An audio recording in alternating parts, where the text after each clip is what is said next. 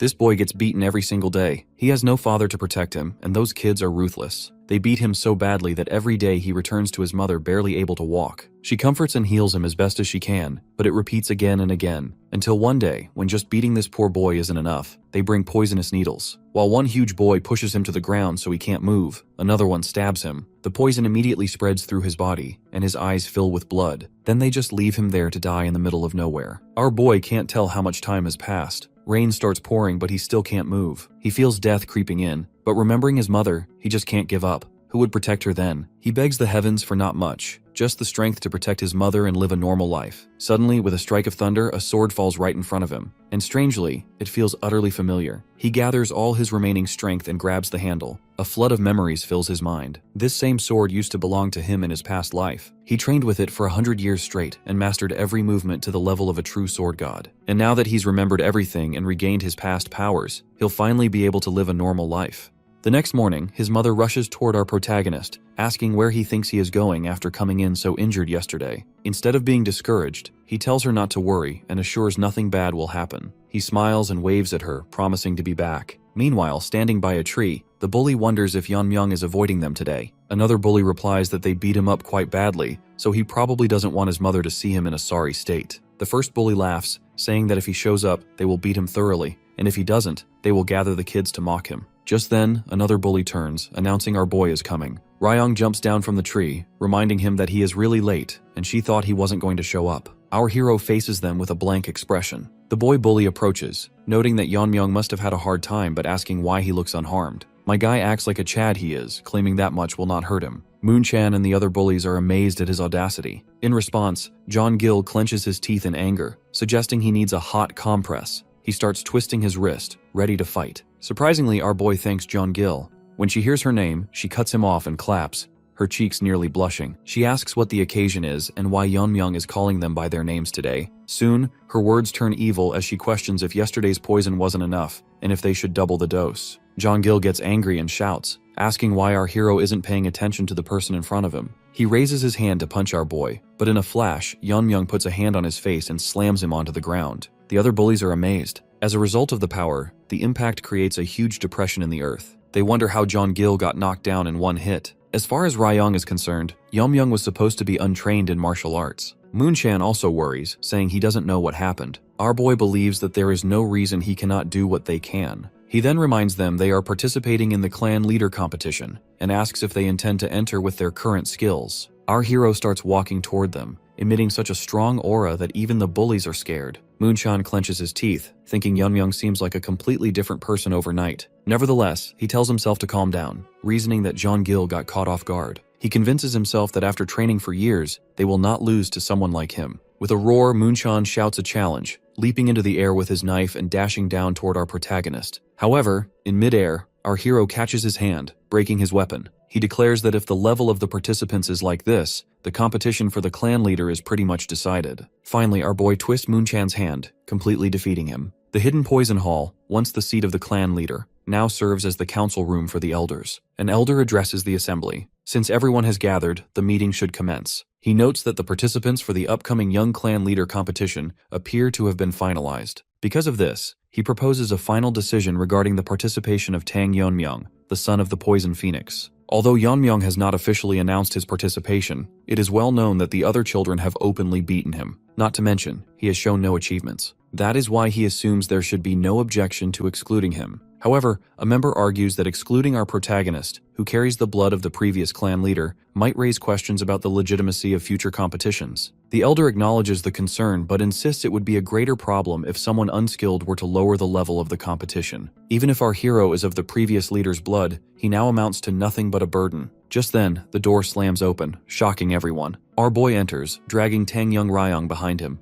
The elders demand to know what he is doing. Yeonmyoung presents the injured Ryong, her eye completely red, a clear sign she has been poisoned. When asked for an explanation, he reveals that he is fully aware of his actions. The members are horrified to witness this unprecedented sight. The boy makes himself clear. He has endured suppression in the Tang clan for too long, and he no longer intends to endure anything. In response, a member shouts, asking how he could harm a child participating in the competition. Another stresses that harming a competitor is a serious crime. But as far as our boy is concerned, he is fully aware of the family rules. so he questions whether there is any problem with a fight between participants. The elder demands clarification, asking if he truly intends to participate. Yeonmyoung, however, believes that his actions are proof enough. He suggests they check the open ground outside, where Moonshan and Jeong-gil, who used to bully him, are lying. He has simply followed the family rule, repaying kindness twofold and revenge tenfold. After he speaks, silence fills the hall. The elder clenches his fist in anger, but eventually acknowledges that Yeonmyoung has proven his worth. Other members protest, arguing he is exploiting the rules and endangering others. However, the elder raises his hand, silencing them. He declares that Yeonmyoung shall participate. They have no right to block a qualified child. Still, he warns that he hopes Yeonmyoung's confidence matches his skill, for if he does not become the young clan leader, he will pay for what happened today. Later, Yeonmyoung tells everything to his mother. She is tense, asking how he could do such a thing,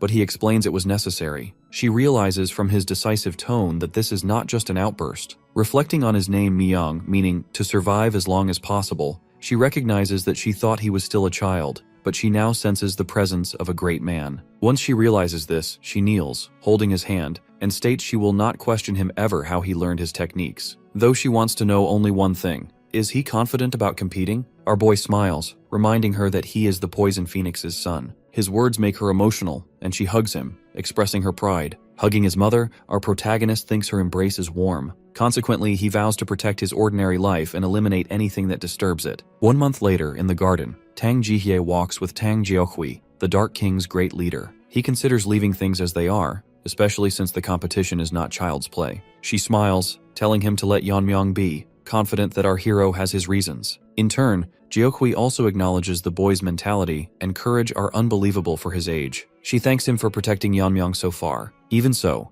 Jeokhui admits he had to step in, but wonders if it is really okay for our boy not to train separately. Meanwhile, our protagonist sits in his room, meditating. He reflects on his routine, eating clean meals, sleeping well, and using internal methods to correct his twisted chi paths. You see, simply honing strength and skill is unnecessary right now for someone who has awakened as a swordmaster. For that reason, he believes it is essential to fortify the vessel first. He places his hand on the ground, thinking that at the tender age of 12, his meridians are not heavily blocked. Balancing on one finger, Yeonmyoung concludes that as his level increases, his transformation will occur naturally. Finally, competition day arrives. Our boy enthusiastically tells his mother he is leaving, and she tells him to take care. Tang Jeokhui also bids farewell to his sister, and then our hero and Jeokhui depart. From behind, the mother watches them, wishing Tang Longriang could see how well their son has grown. At the Dark King Hall, many participants arrive. Our guy is busy eating, noting they arrived early. Just then, a group of boys approaches, recognizing him as the son of the Poison Phoenix who beat up Moonshan.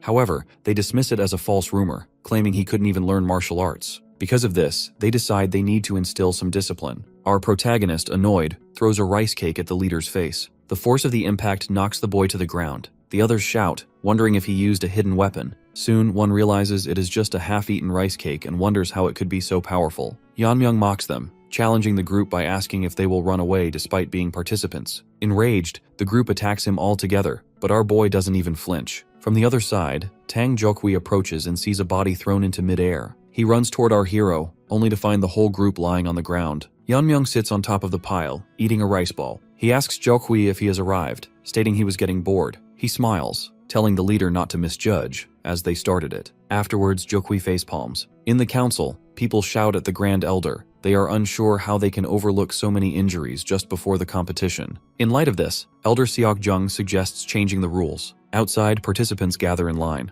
One girl whispers, asking how the competition is conducted, so another girl explains the process. 2 to 3 years of training followed by one-on-one duels. On stage, Tang Jeokhui calls for silence. He introduces himself as the overseer and explains the order. 3 years of practice, followed by the main competition. Suddenly, the elder enters the stage and announces that it will be conducted as a goo poison match. Everyone is shocked. As they know, a goo poison match refers to placing strong poisons in a jar to fight until only the most potent remains, a battle royale where only one survives. The elder explains that due to the unfortunate incidents causing numerous dropouts, they cannot proceed with standard duels. Naturally, Jeokhui realizes this is happening because of our boy. The elder states that to prevent further incidents, they changed the format. As a result, the students are clearly angry, blaming Yeonmyoung. The elder says the position is vital to the Tang family's future. He commands them to fight, survive, and conquer, promising the victor will possess everything. Our guy looks at his opponents with a smirk. Now that he realizes only one competitor will survive,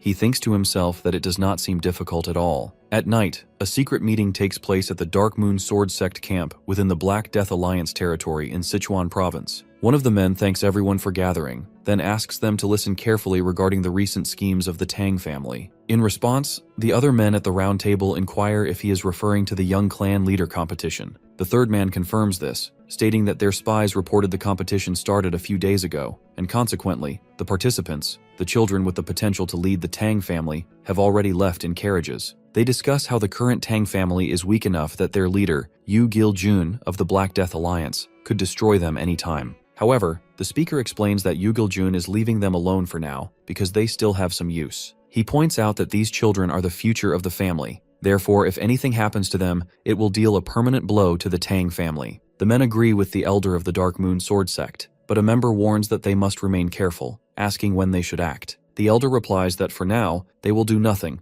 which serves to shock the other members. The elder believes that tracking the carriages and killing the weak birds right now would be too easy, and thus not a painful enough blow. He reminds them that the competition runs for 4 years, asking them to imagine the devastation if all the carefully raised children die right at the climax. With a grin, the masked man smirks, agreeing that it would indeed be a fatal blow. Another member suggests letting the Jigal family or the Moyang family handle it. The Dark Moon elder, Makinhu, agrees, deciding that they will just track the carriages and make their move after 4 years. The tracking is already arranged, and has already planted a small seed to ensure the Tang family falls entirely into their hands. Meanwhile, at the common mountain venue for the competition, the instructor leads the group forward. The man announces that although the rules changed, the schedule remains the same. So participants will be called by number instead of names. Since they are Group 7, the instructor turns and realizes one is missing. Looking back, he asks number 28, who is our protagonist, why he is lagging behind. Yanmyung apologizes for the lag, as he was just thinking for a moment. The instructor scolds him even with his apology,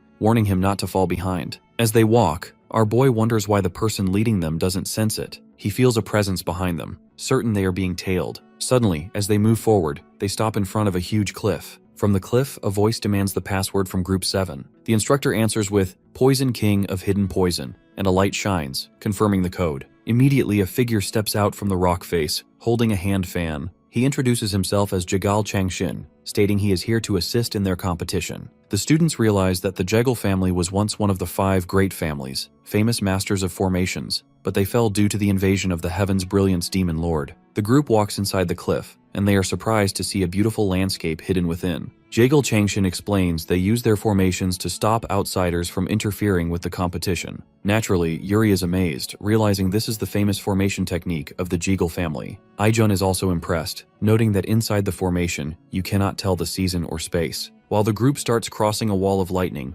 Mirio looks at our boy from the side. She thinks he is acting strange and not concentrating, remembering he was behaving the same way earlier in the carriage. Looking back at a flashback to the carriage ride, the instructor told the children to introduce themselves. Yuri looked at our hero, noting everyone knows about the fight he had. Aijun then told our boy he is quite famous for leaving Tang Young Ryong in such a bad state. Yuri finds our protagonist bold for his actions. She warns him that he might not be safe during the 4 years of the competition, given Tang Young Ryong's great-grandfather is one of the 3 elders. At that point, Yanmyung interrupted, asking if they were blaming him for the competition turning into a goo poison match. Mirio refused to let the issue go. Given his smug face, she is unsure if that looked like the face of someone who felt sorry. Instead of apologizing, our boy smirked, making Mirio even angrier. Back in the present, Mirio watches our hero while walking. She vows that if this guy causes another problem, she won't let it slide. Suddenly, she bumps into Yuri because everyone stops moving. Both Yuri and Aijun look terrified, realizing that Jagal Changshin, their guide, has completely disappeared. To their surprise, our boy moves forward and tries to touch the empty air. Mirio wonders what he is doing. She finds it strange that he looks so relaxed. Meanwhile, Jagal Changshin walks down the road alone.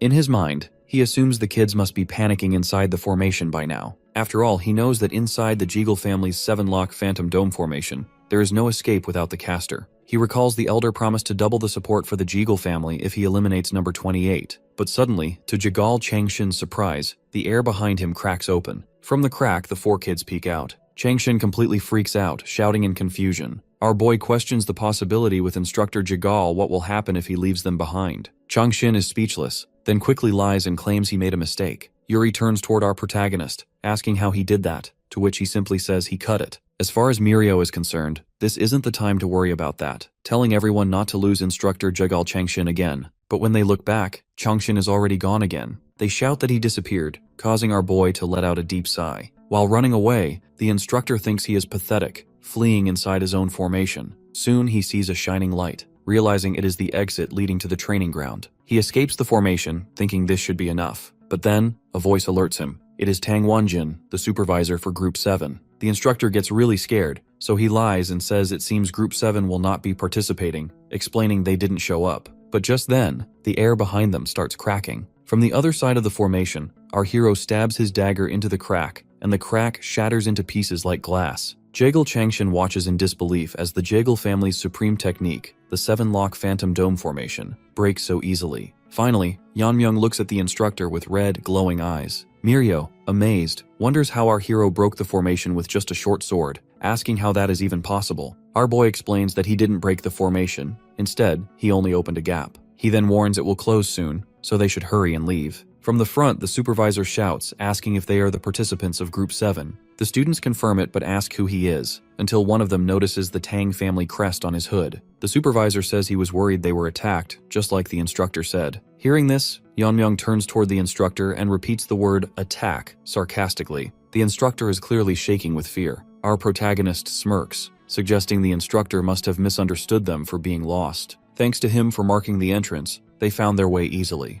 Yeonmyoung suspects the instructor is acting under orders from the Tang family elders for now, but decides to let it be since it is just a guess. However, he vows that if he finds out after the competition that the instructor worked with the elders, he will destroy the Jegal clan completely. In response, the instructor laughs with a shaking voice, apologizes for making a mistake, and says he will go check the broken formation. With that, he runs away quickly. The supervisor then welcomes them for arriving safely, apologizing for the noise and the lack of an escort. He introduces himself as Tang Wanjin, a member of the Bongui Brigade, responsible for their training during the competition. The Bongui Brigade is a direct military force that served under the former young clan leader of the Tang family. Because each member is as powerful as a great leader, they are one of the Tang family's strongest elite forces. Mirio watches Yeonmyoung pick his nose and feels irritated, especially as she remembers that the previous young clan leader was his mother, the Poison Phoenix. After flicking a booger away, our boy asks why Tang Wanjin is not in the Tang family main house. The supervisor explains that years ago, they fought a desperate battle to protect their master, the Poison Phoenix, against Heaven's brilliant demon lord,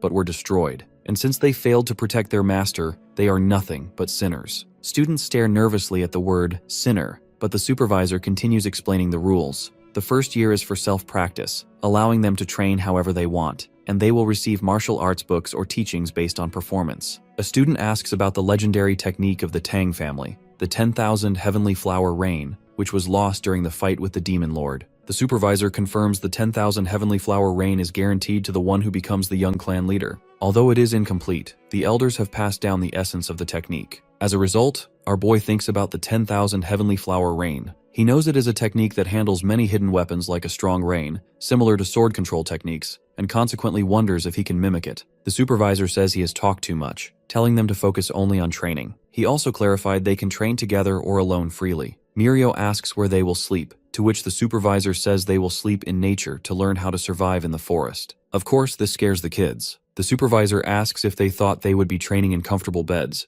arguing that comfort does not make them strong. That's why adapting to extreme environments is the priority. He raises his fist and tells them to start practicing based on their own judgment. While the three kids are shaking with fear, our protagonist remains relaxed. Yeonmyoung interrupts and asks if it is okay to live comfortably and sleep in a nice bed if he is qualified. After all, nutrition is important for growing kids. He also feels that adapting to the forest seems unnecessary. Once again, the kids clench their teeth, shocked at his arrogance. The supervisor thinks for a moment, seeing our boy as the definition of arrogance. Even though the other kids get mad at him, the supervisor agrees to the deal. He says if our hero passes a test, he can stay in the manor inside the formation, but if he fails, he better be prepared. Yeonmyoung agrees. The supervisor then announces the test is simple. Team members will surround him and throw hidden weapons. Suddenly the scene changes. Our boy stands in the middle, while around him, on the ground, in the trees, and on the cliff, men are waiting. The supervisor explains the test. If our protagonist manages to block or dodge the weapons within 5 steps while blindfolded, he passes. Once he wraps a blindfold around his eyes, the man above the cliff prepares his blades. Every man in position gets alert.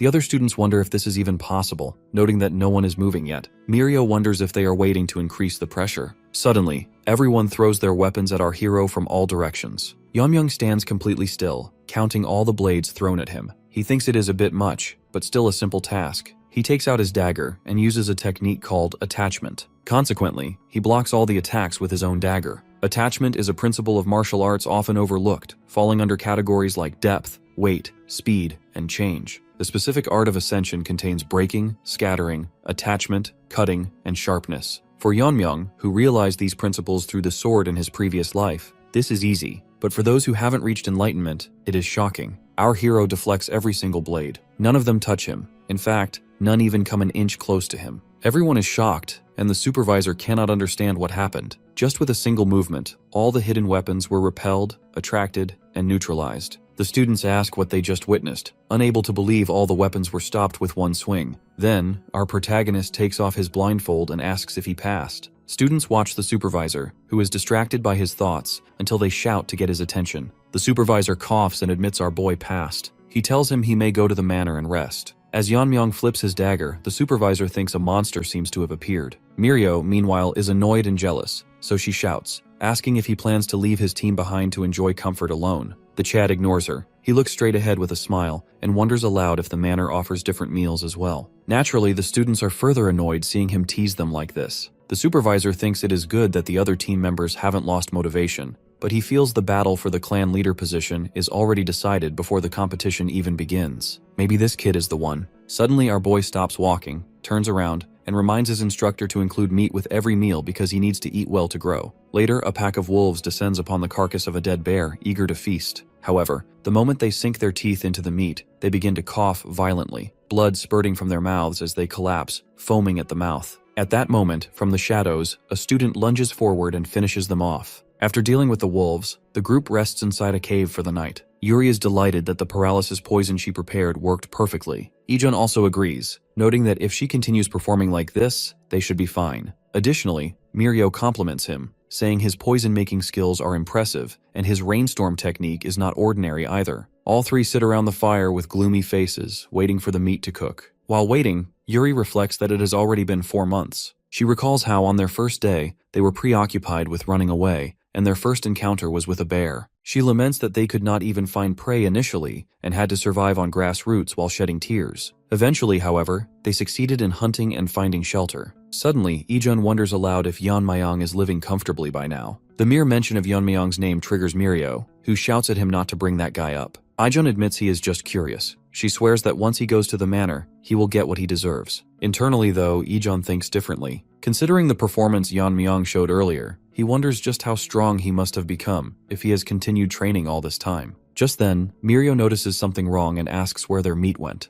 They turn to the fire, only to find the skewers empty. It turns out Yuri has already consumed every bit of it. She burps loudly, satisfied with the meal, and, noticing their death glares, asks why they are looking at her like that. Naturally, Mirio and Ijun explode in rage, screaming at her for asking such an obvious question. Meanwhile, at the Gangdong Mountain 7-Lock Phantom Dome Formation stronghold, Yeonmyoung stands in the center of the training grounds, encircled by dozens of armed warriors. Instructor Woojin gives the order to begin, and immediately, 2 warriors rush at him from different sides. Yeonmyoung lands a swift kick on one, but while he is momentarily distracted, the rest of the group lunges with their weapons. However, he sees every micro-movement. Before their blades can reach him, he vanishes. The warriors are shocked, looking around in confusion until suddenly, Yeonmyoung appears above them in mid-air, wearing rings on all 10 fingers. He declares it is time to test his new technique. He crosses his hands, eyes glowing green. Then, as the warriors brace themselves, Yeonmyoung throws all 10 rings downward. The warriors are confused by the scattered weapons, but suddenly the rings transform in mid-air. They turn into sharp circular spinning blades, attacking before anyone can react. Yeonmyoung commands them to spin, and consequently, the rings move in a wild, chaotic pattern, executing the whirling line frenzy dance. Instructor Woojin watches in disbelief and realizes that Yeonmyoung neutralized the trained members in an instant. Moreover, he controlled the power of such a wide-range attack to only nick everyone's skin, avoiding fatal injuries. Woojin approaches, holding one of the rings, and asks if Yeonmyoung created this technique himself. Yeonmyoung confirms it, naming the move Whirling Line Frenzy Dance. Woojin is impressed. After all, it would be nearly impossible to escape if caught in that radius. Not to mention, maintaining such a technique must consume a massive amount of internal energy, so it's baffling how he even managed it. In response, Yeonmyoung explains that he once asked for the manual on eye techniques. Woojin nods, recalling there were the piercing sky eyes and the current flow eyes. He remembers recommending the piercing sky eyes because the other technique was known to be incomplete, but Yeonmyoung reveals that he has mastered the current flow eyes. Needless to say, Woojin is stunned. He thinks to himself that the current flow eyes is one of the oldest techniques of the Tang family, yet this outsider mastered it. Yeonmyoung explains that although the essence was missing, he realized the technique was part of an ascendant martial art. By using the current flow eyes, he can see the perfect trajectory, allowing him to shoot the weapons precisely with minimal internal energy usage. At this point, nothing surprises Woojin anymore. He admits that Yeonmyoung filled in the missing essence by exploring on his own. Changing the subject, Woojin mentions that in 2 months, the kids from his team will arrive to undergo the same test. He reveals that they have already proven they have the skill to take the test, but they insisted on returning only after they were more polished. Yeonmyoung smiles as he finds it interesting. He is genuinely excited to see how strong those friends have become. Watching him walk away, Woojin wonders if Yeonmyoung was actually worried about his teammates. Meanwhile, Yeonmyoung looks up at the sky, thinking about fate. In his past life, his only connection was his master, the Sword Ghost. Now, despite his origins and actions, new connections are forming, creating what could be considered part of an ordinary life. Because of this, he thinks of his team members, realizing that for some reason, he wants to see them too. Back in the cave, the chaotic battle continues as Mirio and Ijeon scold Yuri for eating all the meat. Finally, 2 months later, the team is ready to advance to the next stage. They are pumped up as they walk toward the stronghold. Mirio reflects that on the first day of training, they were just novices, but now they have attained a completely different level of power. In fact, Ijeon admits he is actually excited to meet Yeonmyoung again, while Yuri grumbles that she will split his head in half. From behind, the rest of the trainees look at the trio, whispering that they are pretty scary. The team then enters the hall of the Gangdong Mountain stronghold. Mirio shouts at the top of her lungs, demanding Tang Yeonmyoung to come out right now. However, the hall is silent. Mirio looks around, wondering why it is so quiet, and she laughs, asking if he ran away out of fear. Yuri clicks her tongue, saying it is too bad because she wanted to smash his head. Mirio turns around, yelling again that he has been too quiet, but suddenly she freezes. Yeonmyoung is standing right behind her, casually resting a hand on her shoulder. He whispers that he was hiding to surprise them. He then smirks, asking exactly what they were planning to do to his head, calling them cuties. The 3 students stare in shock as our boy continues speaking. He asks if they were talking about smashing his head earlier, then jokingly wonders if they want to see the results of their training, or if he should attack first. In response, Mirio and Yuri both shout that they were just joking. Mirio bites her lip, thinking to herself. She realizes they didn't even notice him until they turned around, and consequently, she wonders if this is the difference in their skills, even after all the time spent in the forest sharpening their senses. Our hero suddenly hugs Yuri, catching Mirio's attention. She studies him, wondering what he has done during this time. At that moment, she notices Yeonmyoung has grown taller. His face looks different too. The girl blushes but quickly scolds herself, questioning why she is thinking this way. Our boy reassures her not to be discouraged, explaining that even from his perspective, they've become much stronger than before. However, he adds that they just seem less impressive because he is there. Because of this, the 3 look irritated, thinking his annoying self-confidence never changes. Meanwhile, inside the hall at the round table, instructor Jagal Changshin calls everyone to gather. He asks if there was anyone of note in their groups, to which one instructor mentions participant number 2, saying she has shown notable growth compared to others. He explains that, rather than a will to become stronger, she seems to be burning with immense hatred for someone and feeds on that emotion. Another instructor brings up participant number 10, who passed the warrior test in just a month. Meanwhile, Changshin thinks to himself. He admits number 2 and number 10 stand out. However, after facing number 28, Yeonmyoung, they seem ordinary. He recalls how shocked he was when our protagonist broke out of the formation and demonstrated skills that even masters could not perform. Nevertheless, Changshin decides recruiting number 28 is too risky because the boy seems to have noticed his scheming. When an instructor asks if Changshin is alright, Changshin lies, claiming his group did not have anyone outstanding. He decides to exclude number 28 from the discussion since they need a puppet they can control. Instead, he suggests recruiting number 2. He plans to introduce her to his nephew, mentioning that he heard number 2 has a disfigured face from an injury, so it should not be difficult to manipulate her heart.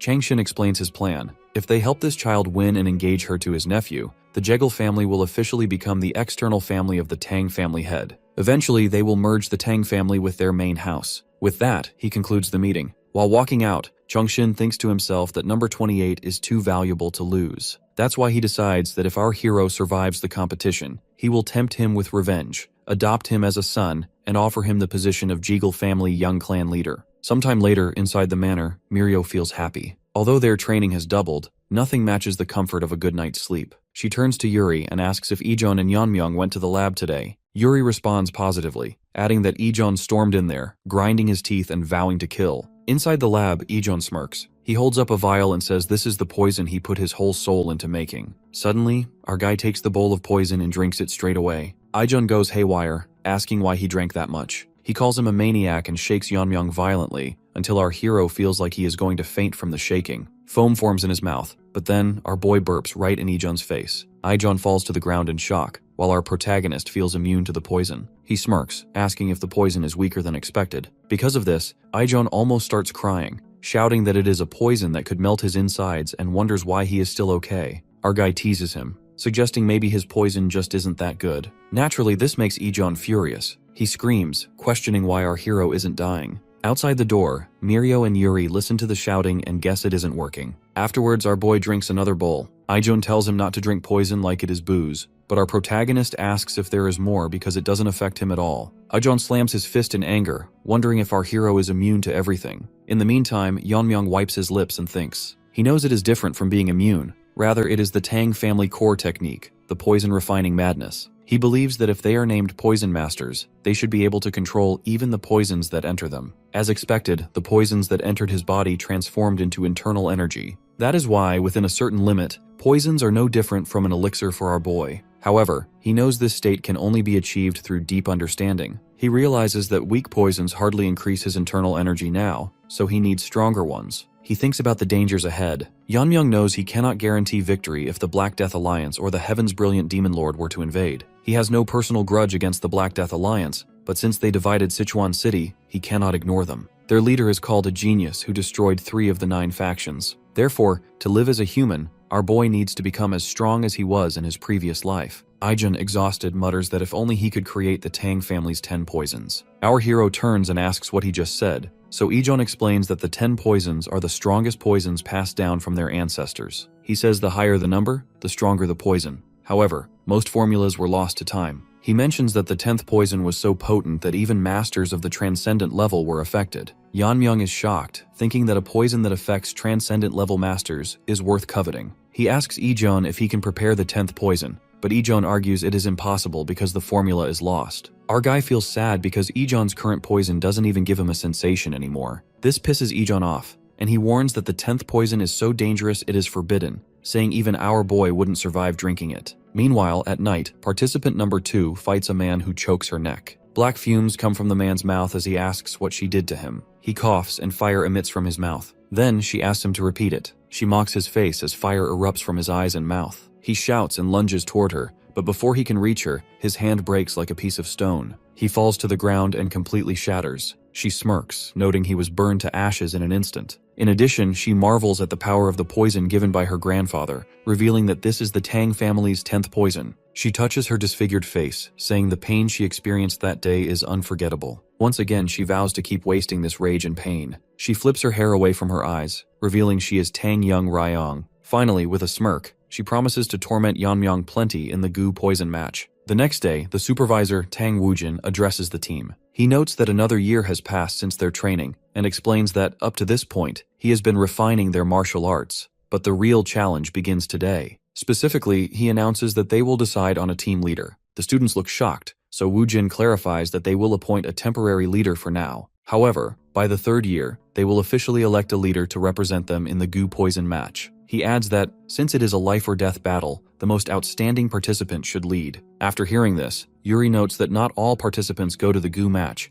and Mirio realizes this means the latecomers will die. She says the choice should be based on achievements, and consequently points to participant 28, Tang Yeonmyeong. Ijeon agrees, stating our boy is the leading contender, so the supervisor asks if there are any objections. Everyone remains silent. Then, the supervisor calls number 28 forward to accept a reward. He presents a small chest containing a pill, explaining that it is the Heavenly Heart Pill, an elixir made from 100-year-old ginseng that significantly increases internal energy. The other members are shocked that such a precious item is given to Yeonmyeong. The supervisor explains it is a privilege for the team leader because the Tang family has high expectations for them. Internally, however, he believes his expectations for Yeonmyeong are even higher. Our protagonist asks if there is anything else, at which Woojin looks confused. Our boy then asks if he can receive something other than the elixir, because he doesn't need it. Naturally, this angers the other members. They shout at him, asking if he knows its worth and telling him to hand it over if he won't eat it. The supervisor thinks refusing an elixir is unlikely unless someone's internal energy is already full, so he asks what Yeonmyeong wants instead. Our hero replies that he wants the Tang family's 10 poisons. Later, the team gathers in Yeonmyeong's room, staring at a pile of weapons. Mirio asks if this is all he bought and demands to know where the elixir is. Holding a blade, our boy explains he couldn't get the poisons, so he took these instead.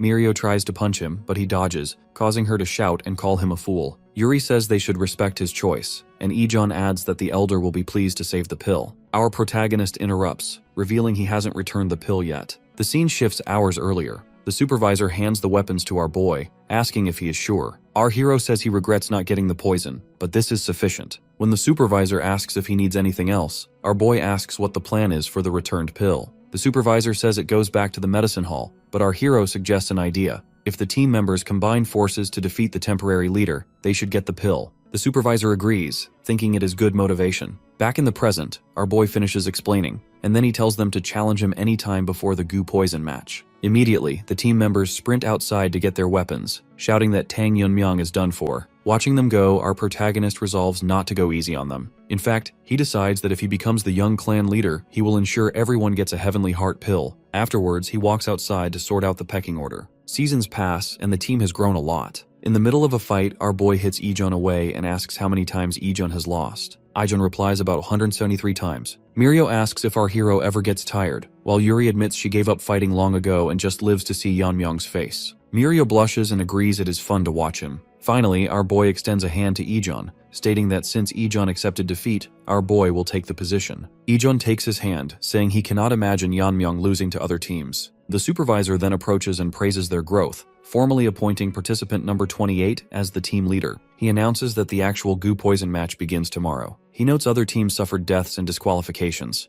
However, compared to them, Group 7 is safe and has achieved growth comparable to the Bongwi Brigade. He warns them one last time, explaining that in the goo poison match, the use of extreme poison except for the 10 poisons is allowed. Therefore, he tells them to maximize their capabilities. The next day, Ijeon hands a box of poisons to our protagonist. He warns that the elixir-suppressed fairy poison is lethal in a single drop and explains the ocular poison. Suddenly, he stops himself from worrying too much and asks our boy to promise he will win. Ijeon extends his fist, and our hero holds it, says yes, and playfully punches him in the face. He promises that only his teammates could ever harm him, then teleports to the ground, saying he is off. Meanwhile, Tang Young Ryong holds a container of poison, declaring that the day has finally come. She feels lucky to have the 10 poisons and a new ally. Afterwards, she enters a portal and finds instructor Jegal Changshin waiting. She asks how the Jegal family plans to assist her, and the instructor says the arena uses his family's formation, so moving her to a good position is easy. Ryong asks what they want in return, and the instructor admits his family is powerless and wants to join forces with the Tang family without losing sovereignty. Ryong realizes he wants to use her as a backer to intervene in clan matters, so she asks what happens if she rejects them later. The instructor says that is why he is building trust now. Once they finish discussing the deal, Ryong looks happy. She thinks she endured 3 years for this moment, and consequently, she vows to kill Yeonmyeong and take back her life. Elsewhere, Team 3 participant, Tang Gukrin, stands covered in blood. He holds a sword and looks disappointed, complaining that the Tang family's military force was all talk. Behind him, the bodies of the warriors who tried to train him lie dead. Finally, our boy arrives at the location. He looks around and thinks it is the perfect day for someone to die. With that, the goo poison match begins. Our boy stands on top of the cliff, looking down at the vast goo poison match arena. He notes the area is huge, so he realizes it might take a while to find anyone. Meanwhile, through magic, Instructor Jegal Changshin watches our protagonist from a distance. As expected from Group 7, number 28 has appeared. He feels that our boy's potential is being wasted, but since the Jegal family made their choice, he decides to eliminate him quickly before any variables arise. Suddenly, Changshin is shocked. He He sees our guy looking directly at him through the magical observation. He isn't sure how that is possible, given that his vision is hidden behind many layers of formations. Without hesitation,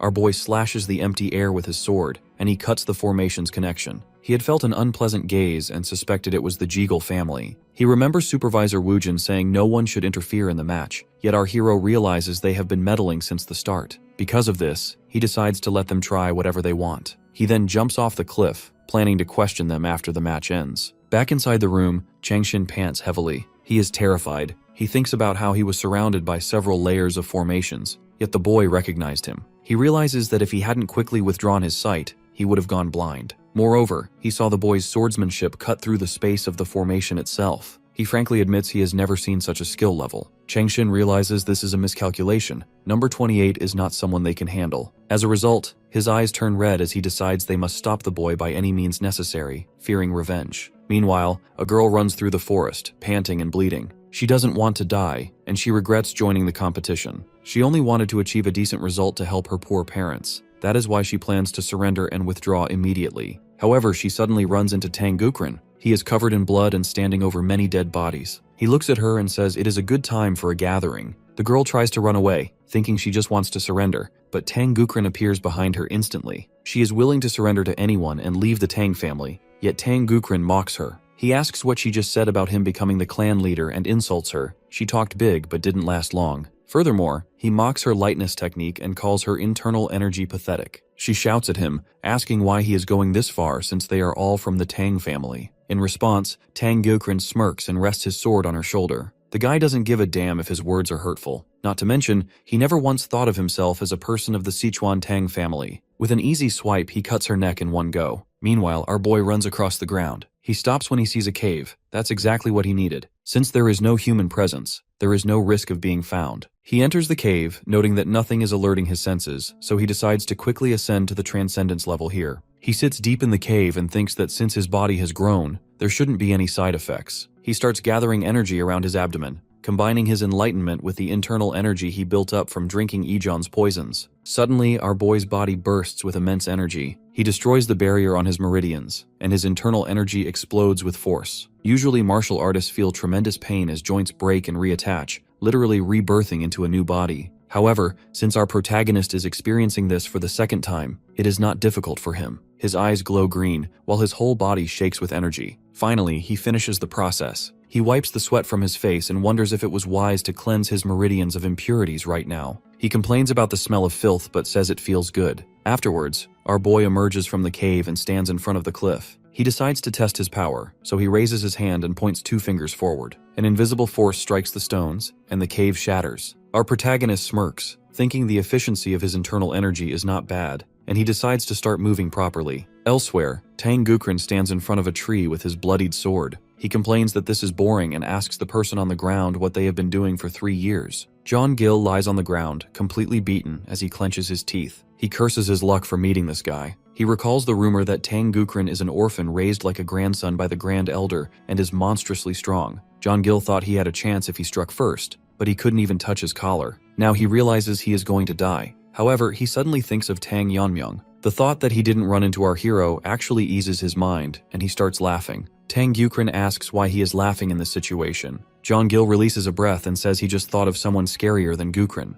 Naturally, Tang Gukren feels insulted. He says he will have to make himself even scarier and decides to share a secret since John Gill is dying anyway. He reveals he is actually a spy from the Black Death Alliance, stating he is from the Great Darkness Silent Sword Sect, and his real name is Mak Inguk. He raises his sword to slaughter John Gill, but just then, Mak freezes. He feels something strange in his nerves and cannot move, so he wonders what is going on. From the side, our boy enters. He says he felt a presence and came to check, then looks at the boy on the ground and says it is a familiar face. Finally, he asks John Gill if he is healed from the last time they fought, but John Gill, confused, asks who he is. The scene shifts to the past, where a young boy stands before an elderly man. The boy asks if the man wants him to become a spy for the Sichuan Tang family, and the elder says yes. He tells the boy that with his talent, pretending to be an orphan for a few days should attract someone to take him in. He further explains that the Tang family soon will start the young clan leader competition to weaken their ranks. So if the boy returns after completing the mission, everyone in the family will acknowledge him. Back in the present, Mak lies on the ground, completely bruised. He bites his lip and feels like his insides are dissolving.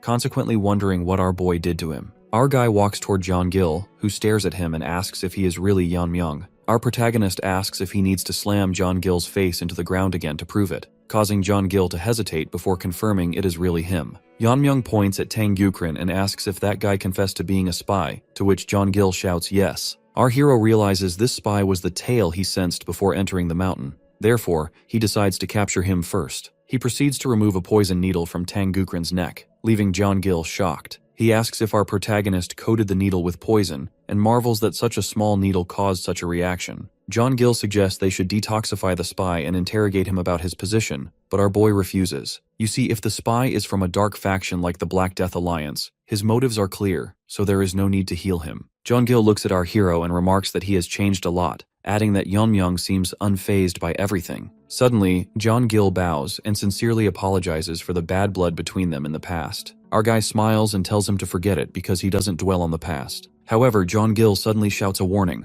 Behind Yeon-myung, Tang Gukrin leaps up for a final attack, screaming that he will take them with him to death. Tang Gukrin dashes down, but our protagonist vanishes. Tang Gukrin lands on empty ground, confused, while our hero appears behind the spy. He says he usually doesn't spare a dying man, but since Tang Gukrin insisted on attacking, he will erase him without a trace. Our boy puts a hand on Tang Gukrin's shoulder and asks if it wouldn't be better to have no corpse to clean up later. Tang Gukrin's eyes fill with tears as he thinks our boy is ruthless. He collapses and dies instantly. Jeon-gil watches in awe, thinking it is overwhelming. He knows the spy was a top contender using the Great Darkness Silent Sword technique, yet our hero defeated him effortlessly. Yeon-myung looks at Jeon-gil and asks what he is going to do now that it is just the two of them. Jeon-gil says he will surrender, but he doesn't know the way out. Our boy swipes his dagger in midair, cutting open a hole in the formation, then tells Jeon-gil to leave and says there is no need for a send-off. Jeon-gil thanks him for sparing his life, and then our protagonist vanishes. Jeon-gil smiles and wishes him luck. Meanwhile, at the Dark Moon Sword Sect headquarters, the Elder holds a shattered spiritual bead. He wonders what in the world is happening, realizing the bead implanted in his youngest son has broken, meaning his son is dead. He thinks about his son, born a servant, but more talented than anyone.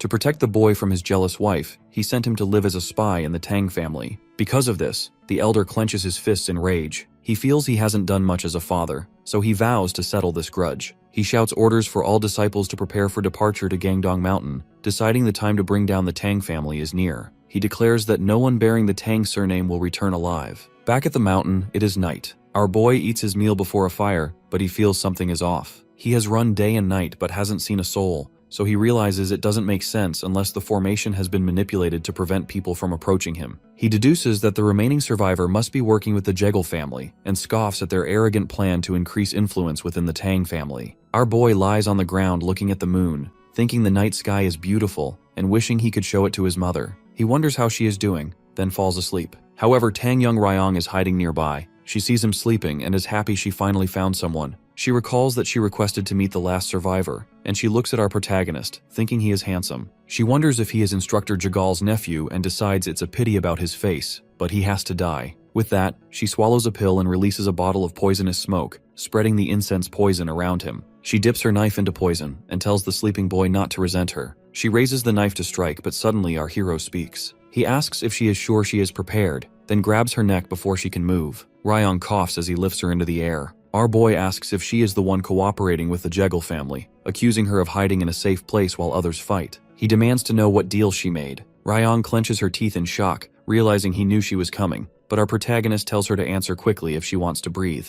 Tang Young Ryong regrets dropping her blade in panic, realizing it is now too far away to retrieve. Our boy looks at her and suddenly realizes who she is. He knows she is Tang Young Ryong, leaving the girl shocked and wondering how he knows her name. Well, after all the trouble she caused him, how could he forget? In fact, he asks if he should disfigure her entire face this time. Meanwhile, inside the control room, Instructor Jagal Changshin is frustrated. He thinks his plan has completely failed because number 28 cut through the formation, making it difficult to see clearly. Changshin notes that number 10 was swiftly eliminating competitors, but number 28 killed him instantly. Consequently, Changshin realizes that if number 2 Ryong faces number 28 now, she will lose. He worries that if number 28 wins, the Jegal family's plans will be ruined. Suddenly, he senses a massive amount of energy entering the formation. He looks closer and sees an entire army from the Dark Moon Sword Sect. The Dark Moon Sect leader, Jung Yeonsong, speaks with Mok Inhu, noting they have brought over 300 troops, including elders and disciples. He asks if using full force against the newcomers of the Tang family is going too far, but Mok In-hoo insists it is necessary. Since Gangdong Mountain is so close to their territory, they must crush the Tang family completely. He claims that if their forces were fewer, they would be defeated.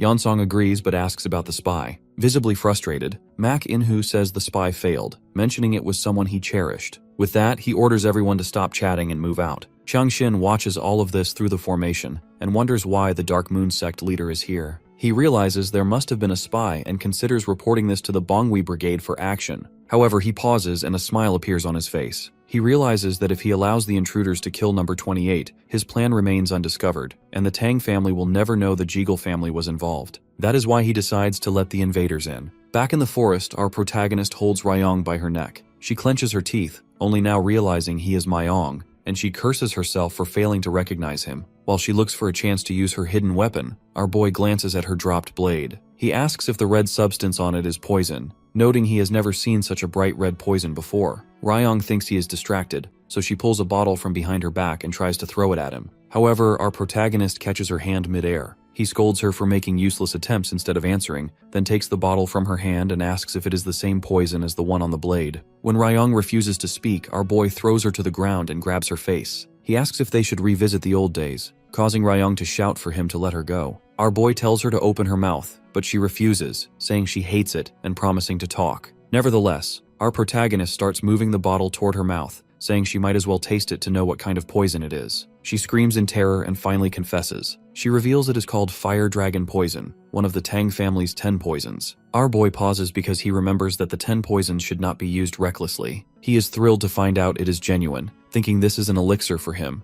and that letting her consume it would be a waste. Ryong begs him to let her go since she confessed, even offering to surrender or help him fight the other participants. Our protagonist ignores her and squeezes her face tighter, stating he hasn't heard the full answer yet. He demands to know if she is cooperating with the Jeagle family and what promises were made, threatening to force-feed her the poison if she hesitates. Ryong immediately spits out the truth. She admits they proposed a marriage alliance and explains that the Jeagle family wants to merge with the Tang family to guarantee loyalty. Our boy understands. He realizes the Jeagle family plans to secure their status by marrying the future young clan leader. He then assumes Ryong eagerly accepted the proposal. Suddenly, our protagonist drinks the poison without hesitation. Ryong shouts in horror, asking what he is doing, but our boy says he won't give it to her no matter how she looks at him. Ryong is terrified, thinking that even a body of invulnerability cannot withstand the 10 poisons. She watches him, expecting him to burn to death, but our boy simply burps and says it tastes like strawberries. Suddenly, his whole body bursts into flames. Ryong watches in awe, but she notices his grip shows no sign of weakening. Soon the fire disappears, and our protagonist returns to normal. He comments that it suddenly became very spicy, leaving Ryong horrified and nearly in tears. She realizes this is impossible unless he has reached the legendary state of a poisoner, immune to all poisons and able to kill with a single breath. She remembers her grandfather mentioning such a realm and asks if he is a poisoner. Our boy grips her face even tighter, annoyed that she really intended to take his life with her murderous intent. After defeating her, he looks at his fiery hand. He senses that the energy from the poison-refining madness has changed after absorbing the fire dragon poison. He feels like he has mastered the martial art of both yin and yang. He thanks Ryong, remarking that he gained something valuable. Suddenly, our protagonist looks up. He notices a huge light in the sky, as if the sun has risen in the middle of the night, and he feels the wind blowing faster. He has no clue what is happening, realizing this isn't the competition ending. He senses unfamiliar presences, dozens, perhaps more than 300 people, and consequently realizes something is wrong. He deduces that the Jeagle family must have noticed such a large group, meaning they deliberately let the intruders inside the formation to cause a massacre. Our protagonist holds his poison needles and smirks, thinking having practice targets come to him is a stroke of luck. Finally, he declares that in the goo poison match, he is the only one meant to survive. The instructor reports the situation to the supervisor. Hearing this, he shouts in disbelief, demanding to know what he just said about intruders. Changshin confirms that it appears there was a spy among them, so Wanjin demands to know if they have identified the enemy and how large their force is. Changshin pretends to be unsure but mentions there are over 300 troops led by the Dark Moon sect leader. Naturally, Wanjin is horrified. He wonders why the Dark Moon sect is here and how they found the place hidden by the 7-lock Phantom Dome formation. Consequently, he decides they must hurry to stop them. Changshin acts concerned, claiming he never expected this. He explains that the intruders have entered the inner world where the goo poison match is taking place, Furthermore, he reminds Wonjin that they made it impossible for themselves to intervene inside the formation. Therefore, they have no choice but to rely on the remaining clan kids to survive on their own. Inside the formation, our boy stands tall, surrounded by countless dead bodies. Looking back to a few moments ago, Mak Inhu stands over the dead body of Tang Gukrin. He regrets that his youngest child couldn't even die a normal death because of the poison. Meanwhile, Yeonsong confirms they have entered correctly. He notes the body has needle marks and clear signs of a one-sided struggle. Mak Inhu shouts to his troops, ordering them to search thoroughly and find the Tang family rats. He commands them to report immediately upon discovery and declares that no one from the Tang family will survive. Immediately after, one group departs to search the area. A disciple asks his master if the leader seems troubled today, noting he usually displays killing intent openly. The master suspects the body they saw might have been the spy planted by the leader. In addition, the master notes the only injury was a needle mark on the neck, which is confusing unless the needle was coated with instant death poison. He warns his disciple that the Tang family targets life itself, regardless of martial prowess. Therefore, he tells the disciple to be careful of hidden weapons. The disciple agrees to keep it in mind, but suddenly a needle strikes his neck and he falls to the ground instantly. The master is confused, wondering where the attack came from. He alerts everyone, shouting it is an ambush and ordering them to draw their swords. He yells at the attacker to come out honorably and warns his disciples not to let their guards down. Suddenly, another man shouts for the master to look above. From the sky, countless needles descend like rain. The troops cannot deflect them and are hit all over. Our boy stands among the chaos, smiling, as he believes the single palm blazing poison technique is exceptionally lethal against mere foot soldiers. He raises his hand and uses the steam technique to retrieve all the poison needles back to himself. He notes that this combination uses very little internal energy. Afterwards, our protagonist faces the pile of dead bodies and decides to look for the group that went east next. Elsewhere, a man brings news to Mak Inhu. Mak Inhu asks if everyone is dead, and the man confirms it. He reports there were no external injuries, only needle marks, meaning they were killed with extreme poison just like the first corpse. Soon, another man reports from the western lookout that everyone there has been annihilated. Even worse, the report from the east is the same. Mak Inhu realizes no group has survived. Yeonsong points out it has been just over an hour, and nearly 100 men have fallen to the same method. He suggests this could be the deed of just one person. Mak Inhu thinks that if there were many enemies, it would be horrific, but this is clearly a master from the Tang family. Because of this, he feels like they are being hunted. He orders Yeonsong to take command while he personally prepares for the ambush. Yeonsong asks if that is all right, but Mak Inhu claims he cannot afford to lose more disciples and entrusts the rest to Yeonsong. Yeonsong leads the remaining troops across a river, noting the eerie silence and lack of presence. He realizes that with the sun setting, night will fall soon. He worries that if they don't find the ambusher by then, they might be annihilated. That is why he decides it is better to withdraw and regroup before the damage escalates. He turns to the troops and announces they will leave in an hour. Suddenly, a voice asks who decided that. Above a tree, our protagonist sits casually. He says he wasn't planning on letting them go. Yeonsong clenches his teeth, having no clue when the boy appeared since he felt nothing. Before Yeonsong can even react, all his troops behind him collapse, pierced by needles. He cannot believe they died without a moment to sense the attack. Our boy jumps down and walks toward Yeonsong, who realizes this young boy is the root cause of the massacre. He wonders how a boy could use such high-level techniques. He sees the needles returning to our protagonist, and consequently suspects it might be void absorption, a technique only high masters can use. However, seeing our hero retrieve the needles instead of attacking again, Yeonsong guesses the technique consumes a lot of internal energy. He calls our boy arrogant for coming forward instead of using surprise. Yeonsong smirks and says he never heard of a young master like him in the Tang family. In response, our boy puts the needles in his pocket. He says it doesn't matter if Yeonsong has heard of him because a man destined to die today doesn't need to know his name. Naturally, Yeonsong gets angry. His veins bulge from his skin as he shouts that the young man is in a hurry to die. He powers up, tearing his clothes as his body size increases. Then he shouts and throws a massive punch to smash our boy against a wall, but our protagonist blocks the punch with his palm. As the energies clash, Yeonsong is shocked that his maximum power was simply blocked. Our guy smirks and says surely this isn't his maximum power. Finally, he tells Yeonsong he will give him time, so he should try to raise it to the real maximum. In the past of Yeonsong, after the Spearpoint sect, one of the 9 factions, fell to the Black Death Alliance, Yeonsong willingly joined them. On the day he met the Alliance leader, his specialty, the peak-shaking staff technique, was transformed. The Alliance leader told him the name was too weak and renamed it the Heavenly Quick Palm. However, a youngster is now besting that technique. Back in the present, our protagonist deflects Yeonsong's fist. As they clash, Yeonsong grows unsettled by the calm expression on our boy's face. Our hero meanwhile reflects on his power.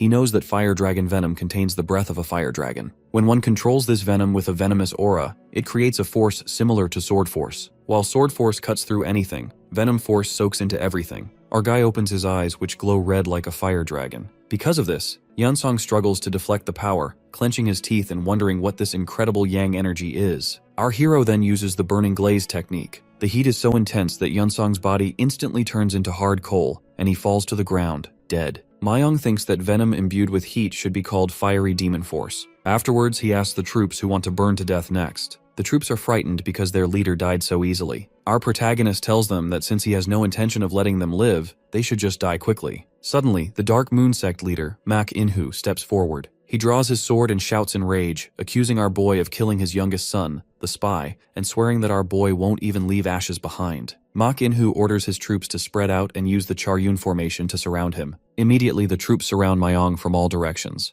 They warn each other to be wary of poison and hidden weapons while Mak Inhu thinks about his losses. He feels the pain of losing so many disciples and his son. Therefore, he decides our guy must be eliminated, so their sacrifices aren't in vain. Our boy looks around and thinks the Charyun formation reminds him of training. Back then, he used the whirling chaos dance, but he decides to test something different this time. Suddenly, our protagonist's figure becomes hazy. One opponent shouts that he disappeared and tells everyone to stay alert, yet they cannot catch his movements at all. Our protagonist moves among them, cutting them down one by one. Meanwhile, Mak Inhu cannot understand what is happening. He is shocked that he even missed our boy's movement, and wonders what our hero's true identity is. Mayong finally reappears. In response, one opponent shouts in anger and lunges at him for killing his brothers. Our boy raises his hand and says he will borrow their swords. By using the destruction principle, he shatters their swords into pieces using just his hand, without even touching the blades. The man calls him a monster, unable to believe our protagonist destroyed their swords without touching them. Our hero then uses the principle of dispersal to scatter the scraps of broken blades. After that, he controls the force to make them spin within a certain area, forming a tornado of metal shards. The opponent shouts in horror, thinking this is the legendary Tang family technique, the 10,000 heavenly flower rain. He screams that it is impossible. Suddenly, the tornado of shards hits the opponents, cutting them to pieces. The massacre is brutal. Our boy admits to himself that it doesn't match the power of the real 10,000 heavenly flower rain,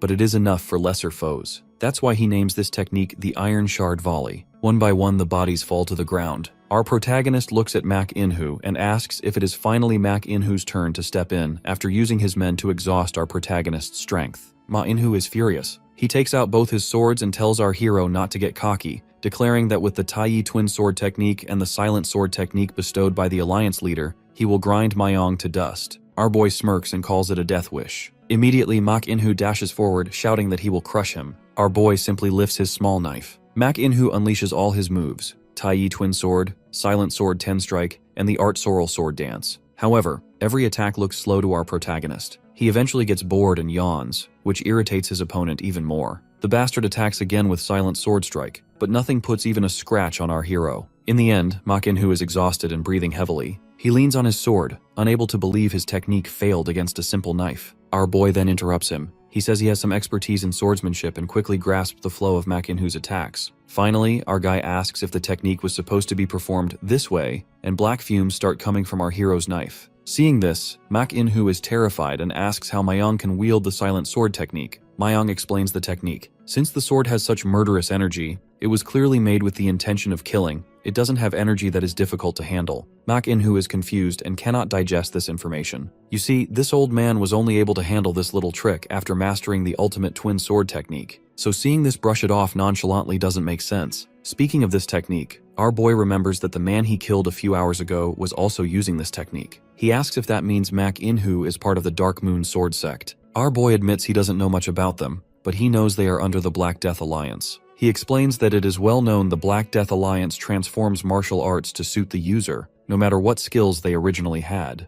That is why people forsake their former lives to join them. Mak Inhu asks what he is trying to say, so our hero replies that he is just disappointed over something as trivial as this technique. He says it is something anyone can imitate as long as they can handle murderous energy. Furthermore, he mocks Mak Inhu. Since the leaders bestowed this kind of martial art on him, they must not have had much faith in him. In response, Mak Inhu shouts curses at him, but our boy ignores him. Since Mak Inhu tried his best, he will show him true ability in return, warning him not to be too amazed. Green energy emits from Myong's body as he explains that for those who have reached a transcendental level, blade length does not matter. Immediately, the blade of our boy's knife gleams green and starts to extend with light energy. The sight leaves Mak In-hoo in utter shock. Our guy then uses the technique Blade Rival, slashing his knife with immense energy. The impact is so great that it cuts through the mountain and the forest, forming a huge depression in the earth. Afterwards, our protagonist wonders aloud if the damage is smaller because his body is not like before. Mak In-hoo cannot understand what he is seeing, realizing there is no way a normal sword technique can do this. He realizes our protagonist handles the blade energy with ease and has reached the final stage. Suddenly, our boy asks with a murderous voice if that is important. Completely scared, Mak In-hoo dashes away to dodge the attack. The boy finds this old coot annoying. He asks how Mak In-hoo thinks he can get away by just running around. Everything will be over the moment he is caught. However, before slashing his blade again, Myong stops. He decides that as a member of the Tang clan, it only makes sense to kill him the Tang clan way. With that, he puts his hand under his robe and takes out his rings. Mak In-hoo runs desperately through the forest, thinking this cannot be. He wonders who in the world raised such a monster in the collapsing Tang clan. Suddenly, the rings fly toward Mak In-hoo from behind, cutting trees and obstacles like tofu. Mak In-hoo tries to deflect them, but their speed and cutting power terrify him. He realizes he cannot get rid of them by running and consequently must fight. He dodges and blocks, but the rings crack his sword and cut his body. Finally, his arm is cut. Mak In-hoo stands bleeding but defiant, shouting if the boy is happy that he blocked them all. As long as he stays alive, he can plan for the future, assuming our boy wasted a lot of energy using that skill. But from the front, our boy walks in calmly. He asks if he should be complimenting Mak In-hoo, who is shocked that the kid is not tired at all. With a flick of his finger, our boy calls out all his rings. They hover in the air and point toward Mak In-hoo, leaving him to clench his teeth in shock. He wonders who this bastard is and regrets leaving everything behind to join the Black Death Alliance, only to be defeated by a boy he couldn't even hurt. Ultimately, Mak In-hoo is completely defeated as the rings strike him down. The rings return to Myong's finger, happy that he caught everyone. He is also happy he gained something by experimenting with different techniques, thinking it would be nice to teach this to his people once he becomes the head. Then, he decides to leave. He has loose ends to tie up. The elder who drove his mother into a corner, and the Jegal family who plotted to take over the clan. He vows to set everything right, an eye for an eye. He immediately slashes his blade through the formation wall. Meanwhile, outside the formation, Supervisor Wanjin shouts if there is really no way to enter. Instructor Changshin apologizes, explaining that they made it impossible to intervene. He pretends he never expected the situation to become like this, and the other team members are worried. However, Changshin secretly has bad intentions. Since the entrance is sealed, no one can make it out alive. He knows the Dark Moon Sword Sect sent over 300 soldiers, and believes even number 28 will have a hard time coming back alive. Changshin thinks it is a waste of talent, but decides they cannot be caught getting in the way of the plan. He consoles himself, assuring him that the other candidates are the future of the clan anyway. But just then, the sky above the arena cracks. Something strange happens. Our boy cuts through the formation and walks out. The team members get excited. They knew they wouldn't lose that easily. Yuri runs over and hugs our protagonist, asking if he is hurt anywhere. Our boy jokes that until the competition is over, she is the only one who has hurt him. In the background, Changshin looks visibly tense. Instructor Jegal Changshin is terrified. As far as he is concerned, it is impossible that 300 soldiers couldn't deal with one young bastard. From the side, our boy notices Changshin's tense face, but Changshin quickly hides his expression. Meanwhile, John Gill waves at our protagonist, and Myong smiles back. Changshin cannot believe it. He recalls how our protagonist cracked the 7-lock Phantom Dome formation earlier. Not to mention, the kid cut through a formation designed for battle as if it were nothing. He thinks our hero is a monster because normally, even a master would be caught in it. The boy turns to look at Changshin.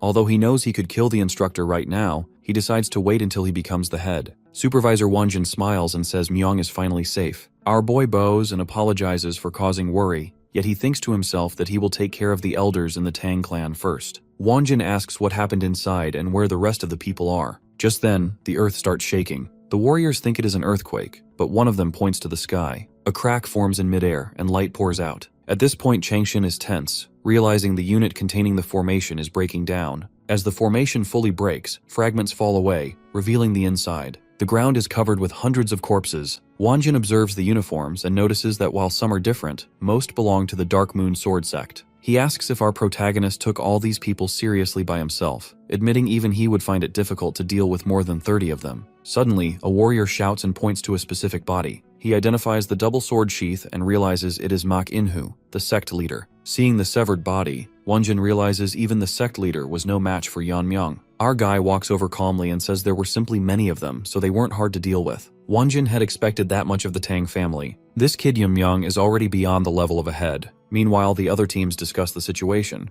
They are shocked that Yeonmyeong dealt with over 100 enemies, including the famous Dark Moon Sword sect. They are sure as hell that the head position belongs to him. Among them, Moonchang grinds his teeth in anger. He feels bitter that he ended up being dead weight because of his ruined arm. That's why he hates that Tang Yeonmyeong, who used to be trash that couldn't learn martial arts, has become this strong. He hates how someone like him dares to rise above. Wanjin interrupts Moonchan's thoughts by declaring that the tournament is concluding. He announces the sole winner is number 28, Tang Yeonmyeong, and asks anyone with objections to come forward. Moonchan wants to say something, but Wanjin cuts him off. Since there are no objections, he declares that the process has concluded fairly. He orders the warriors to gather before the winner. Immediately, dozens of warriors stand before our boy and his team. Aijon says he cannot believe there are so many warriors and feels overwhelmed. Wanjin thinks that decades after the Tang clan's downfall, a new honor has finally been born to bring forth the revival. He then speaks loudly to Tang Yeonmyeong, appointing him as the new master. Along with Wanjin, 82 members get down on their knees. They bow and greet the new head of the Tang clan.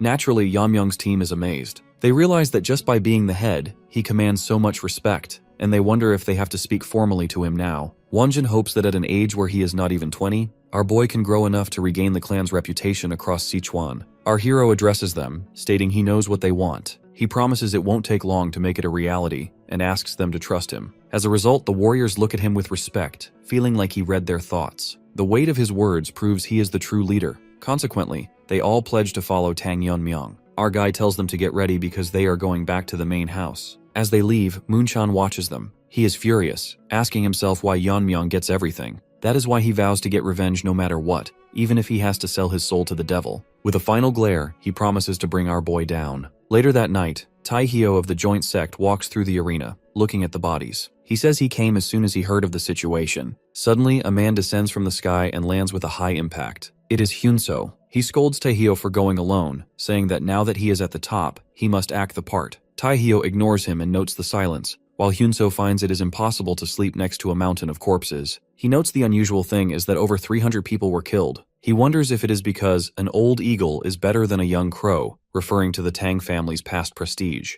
However, he recalls there were fewer than 100 family members on the mountain. Taihyo agrees it is strange, explaining that the mountain is an open area, so they should have heard of something this big happening. Hyunso suggests the Tang family might be moving while purposely avoiding them. He wonders why they would hide this, especially since they sent valuables in honor of the tournament. Then, Taehyo examines a body. He wonders if the Tang family's blade technique has really declined this much, and asks how many people were killed by a sword blade. Hyunso is confused, so Taehyo corrects him, shouting that it wasn't a sword, but a short blade. He asks if Hyunso realizes these corpses are the work of one person. Taehyo says his eyes cannot be deceived. He explains that most bodies show signs of being defeated by a learned sword technique, but there are no signs of mastery, which is why the cuts are all over the place. However, seeing those who couldn't even draw their weapons means they were dealt with in a second. Finally, Taehyo concludes there cannot be many people with skills like this. He decides he must meet this person and declares they are going to Sichuan. Hyunso asks his master if they are really going to Sichuan, as he worries about accidentally running into the killer. Taehyo scoffs, asking if Hyunso has forgotten that he has reached the top. He is confident that it won't be difficult to protect himself. Well, Hyunso is also worried about himself. Taehyo insists that even if the killer is a fool, he wouldn't hesitantly start a fight with him. Hyunso sighs,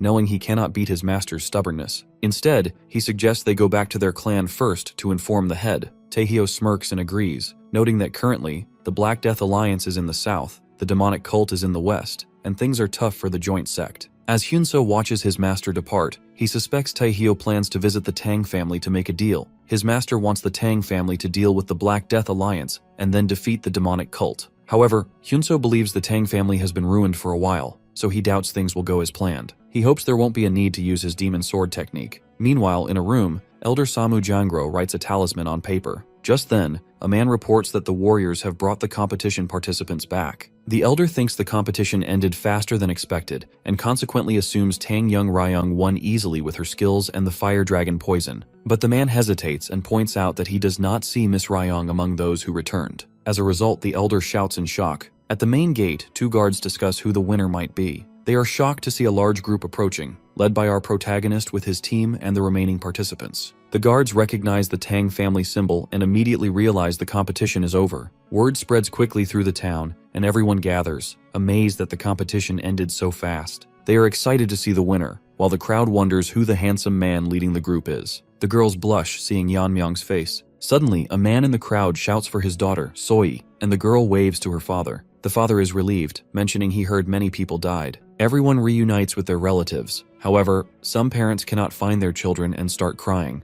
Myung watches them and realizes a mother must also be worried about him. He wonders if she will recognize him and is curious about her expression. Meanwhile, Yuri points out a man with glasses. She introduces her father, who works in the General Administration Department. Our boy jokingly asks if she is already asking him to take care of her father, to which Yuri admits she cannot let go of such an opportunity. Well, the girl is too honest. Yuri then explains her father has skills but hasn't been promoted because he doesn't suck up to anyone. He thinks that isn't bad, and consequently decides that people who aren't close to the elders will be useful when he takes charge. He plans to find people on his side. Just then, Tang Ki-sam, a family official, enters shouting good work to the warriors and the Jagal family. Instructor Changshin quickly bows to Ki-sam, asking if he has been well. Ki-sam laughs seeing Changshin hasn't changed. He thanks the Jagal family for assisting the main house. He then pats Changshin's shoulder, saying it was a relief to have the 7-lock Phantom Dome formation. He believes the participants were safe thanks to it. Although Changshin knows it was broken, he acts cool. Ki-sam then announces that he has informed the elders, so they should go to the elder house now. He proceeds to dismiss the warriors to rest, but Supervisor Woojin interrupts, saying they will not be going to the elder house. Ki-sam turns around confused. In response, Woojin introduces himself as the temporary leader of the honor guard. Ki-sam asks if he heard wrong, so Woojin states that the conditions of the competition mention the Stealth and Poison Hall as the seat of the winner. He argues it makes sense to go there instead of the elder house. Naturally, Ki-sam clenches his teeth and shouts. He asks how a mere warrior dares to talk about principles in front of the commander-in-chief, and then orders them to disperse immediately or face punishment. Woojin realizes they are being told not to talk back to the elders, which was an expected resistance. Suddenly, our protagonist walks over to Ki-sam and asks who in the world Ki-sam is. Our boy introduces himself as the winner, Tang Yeonmyung. Later, Ki-sam reports the situation to the elders. The elders ask who the winner is, and he hesitates before revealing it is Tang Yeonmyung. In response, an elder gets angry. He slams his hand on the table, shouting that it is impossible. He is in disbelief how that brat could win against the fire dragon Poison. Other elders mention that even their disciples, like Gukrin, lost. Furthermore, Elder Seok thinks it is impossible for Yeonmyung to have beaten Gukrin in just 3 years. He suspects our protagonist used a trick, and an elder suggests they should get to the bottom of it. The 4th elder agrees, asking how Yeonmyung beat every potential candidate and demanding to question the boy. However, Ki-sam hesitates. He remembers the scene at the gate. Flashback to the gate. Our protagonist told Ki-sam that only the family head can order the heir. He stated that just because the head's position is weakened, it doesn't mean the elders can order in their place. Ki-sam insisted on punishing them as protesters, shouting that Yeonmyung hasn't been officially acknowledged yet. He worried his position would be in danger if someone with a grudge against the elders became the head. Therefore, he warned Yeonmyung not to get on the elders' nerves. Suddenly, Yeonmyung raised his eyes, glowing green with murderous intent. He burst out with immense energy that hit Ki-sam. Ki-sam was terrified, realizing he would die if he irritated the boy further. Finally, our boy declared that whatever the loser elders think, they will follow the terms of the competition and go to the Stealth and Poison Hall. He told Ki-sam to let the elders know that now with the competition coming to an end, their reign is also over. When Ki-sam tells the elders everything, they are furious. In a fit of rage, one elder splits the table in two, screaming, "How dare that fool act this way?" Another elder suggests that this might actually be good, especially since Tang Yeonmyung hasn't been officially recognized as the leader yet. Because of this, he suggests they strip him of his position to teach him a lesson. The 4 elders agree to go to the Stealth and Poison Hall to assess his capability, and one elder immediately orders the warriors outside to prepare to move. He summons the master of the Blue Dragon Force, who arrives and accepts the command. The elder then vows to show that rascal the true reality of the Tang family and who the real masters are. Meanwhile, at his home, Tang Jokhui is amazed. He asks Myung if he really won the competition, and our guy confirms it. Jokhui believes that our boy's aura is incredibly strong and that his sister would be pleased. However, another man is angry. It is Tang Jihyuk, the Poison King and father of Moonchan. He asks if Myung really thinks he won, causing our guy to remember Jihyuk's words from 4 years ago. Back then, Jihyuk threatened to make him and his mother pay for what happened to Moonchan's arm. But back in the present, our hero recalls how Jihyuk talked big back then. He warns Jihyuk to be careful with every word and deed while staying at the Tang house. With a flash of killing intent, our guy says that otherwise, Jihyuk might end up disabling his son's remaining arm as well. Outside the house, Supervisor Woojin recalls Kisum saying our hero is the son of the Poison Phoenix. He remembers asking our hero about it earlier, though our boy said they could discuss it later. As he waits, Woojin thinks back to the conflict with Heaven's brilliant demon lord. He recalls how family warriors fought for their lives. Specifically, when the Tang family was losing, men arrived holding the head of the previous lord. The enemy pushed forward, disregarding poison and death, so Woojin remembers requesting support from the elders to counter the attack. However, the elders refused, claiming that if they fell, the family would face destruction. Woojin believes that if they had helped, they could have reduced the damage. Instead, the elders blamed everything on the Poison Phoenix, claiming she almost destroyed the family. Suddenly, Woojin realizes the Poison Phoenix accepted being deposed to protect her young son. He turns to his troops and says he believes they noticed who the current master is, declaring that to those who failed their roles that day, another chance has come. But just then, someone shouts, "Stop!" from behind. Inside the hut, our hero notices the commotion and decides to go out. Outside, the elders and their troops arrive, and one elder asks if they think they can defy the council and be safe. Woojin is surprised that the elders mobilize their own forces, especially when the elder demands they bring Yeonmyeong to him. Our guy walks out, saying there is no need to fuss since he is already there. Tang Jokwi points out that the third elder and others have arrived, but the elder shouts that our hero dares to claim the leader's seat without permission. As our guy descends the stairs, he states he has already proven his qualification by winning. He mentions they are verifying fairness at the Stealth and Poison Hall and asks what more they need. In response, the elder shouts about our protagonist's nasty nature and disrespectful language. Woojin tries to intervene, but the elder interrupts him. He demands our boy confess everything that happened in the exam if he wants to live. Our hero replies that he heard what happens in the competition is unspeakable. He then mocks them, asking if the family rules are lighter than expected or if they think he gained an unfair advantage. That's when the elder reveals he heard from the Jago Lord that there was interference from the Dark Moon Sword Sect and nearly 300 villains. He argues that with outside interference, the competition cannot be fair. However, our boy explains that Tang Gukrin and Tang Young Ryong killed other participants, and he ended the competition by killing them. He argues their intervention was after the competition, so fairness isn't an issue. The elder gets angry and asks, "Who killed whom?" Our protagonist tells him to go to Gangdong Mountain himself to check the bodies. Immediately, the elder commands a dive and dashes toward our boy with immense speed. Electricity strikes the area, causing everyone to shout in alarm. However, our boy blocks the elder's hand. He calmly calls him a fool and asks if he finds it hard to believe his granddaughter is dead. The third elder cannot believe his attack was blocked with just one hand. He thinks about how his demon-killing poison rots sight and hearing upon contact, and consequently wonders if our boy has surpassed his internal strength, but he quickly dismisses it as impossible. The elder prepares for another attack and shouts, asking how our boy dares to mock an elder. In response, our protagonist takes out a poison bottle he took from Ryong. The elder asks where he got it, so our hero questions him back if he knows what it is. He reveals it is the poison bottle the elder gave to his granddaughter, and then our guy throws the bottle down. It shatters and a huge fire blast erupts. Our boy explains that if it were just a simple poison bottle, one might overlook it. However, this is one of the Tang family's 10 poisons. Supervisor Woojin is shocked and asks if the contents could be legendary poison.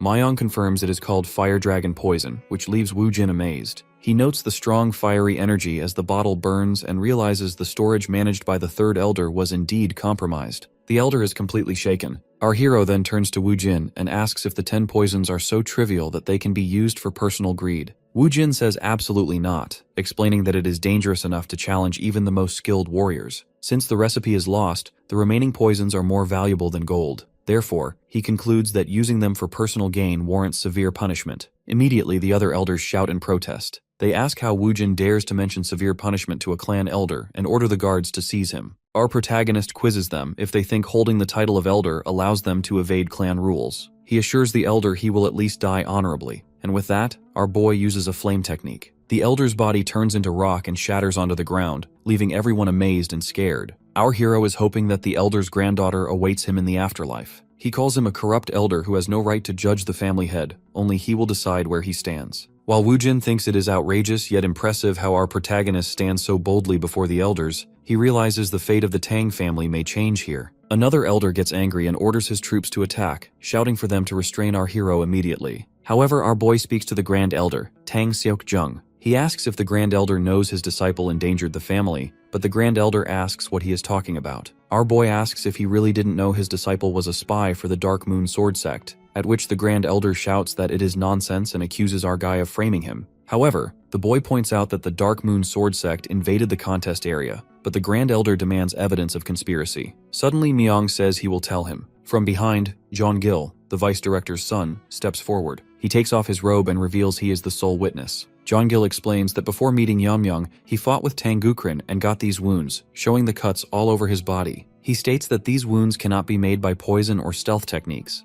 but by a sword technique. Furthermore, he adds he didn't realize at the time, but it was likely a double sword technique. The Grand Elder tries to make an excuse. However, other elders interrupt. One says it is not mere speculation, recalling seeing the disciple use a sword technique from a distance. He notes the wounds on the bodies were very similar to John Gil's wounds, which John Gil confirms. He adds that before Tang Gukrin tried to kill him, he confessed he was a spy named Mak Inguk. Consequently, the elders murmur among themselves, recalling the rumor about a discarded bastard named Mak Inguk born to a maid. They realize it is true, so our hero turns to John Gil and thanks him for stepping forward. John Gil smiles and says he owes our boy his life, so it is only right to repay him. By now, the Grand Elder is completely shaken. He realizes his disciple really was a spy. However, he believes his own safety is more important now. He shouts to the other elders to block our hero and avenge the third elder, but our boy interrupts, warning them not to act rashly since evidence has been presented. The Grand Elder claims he didn't know anything and argues his situation is different from the third elder.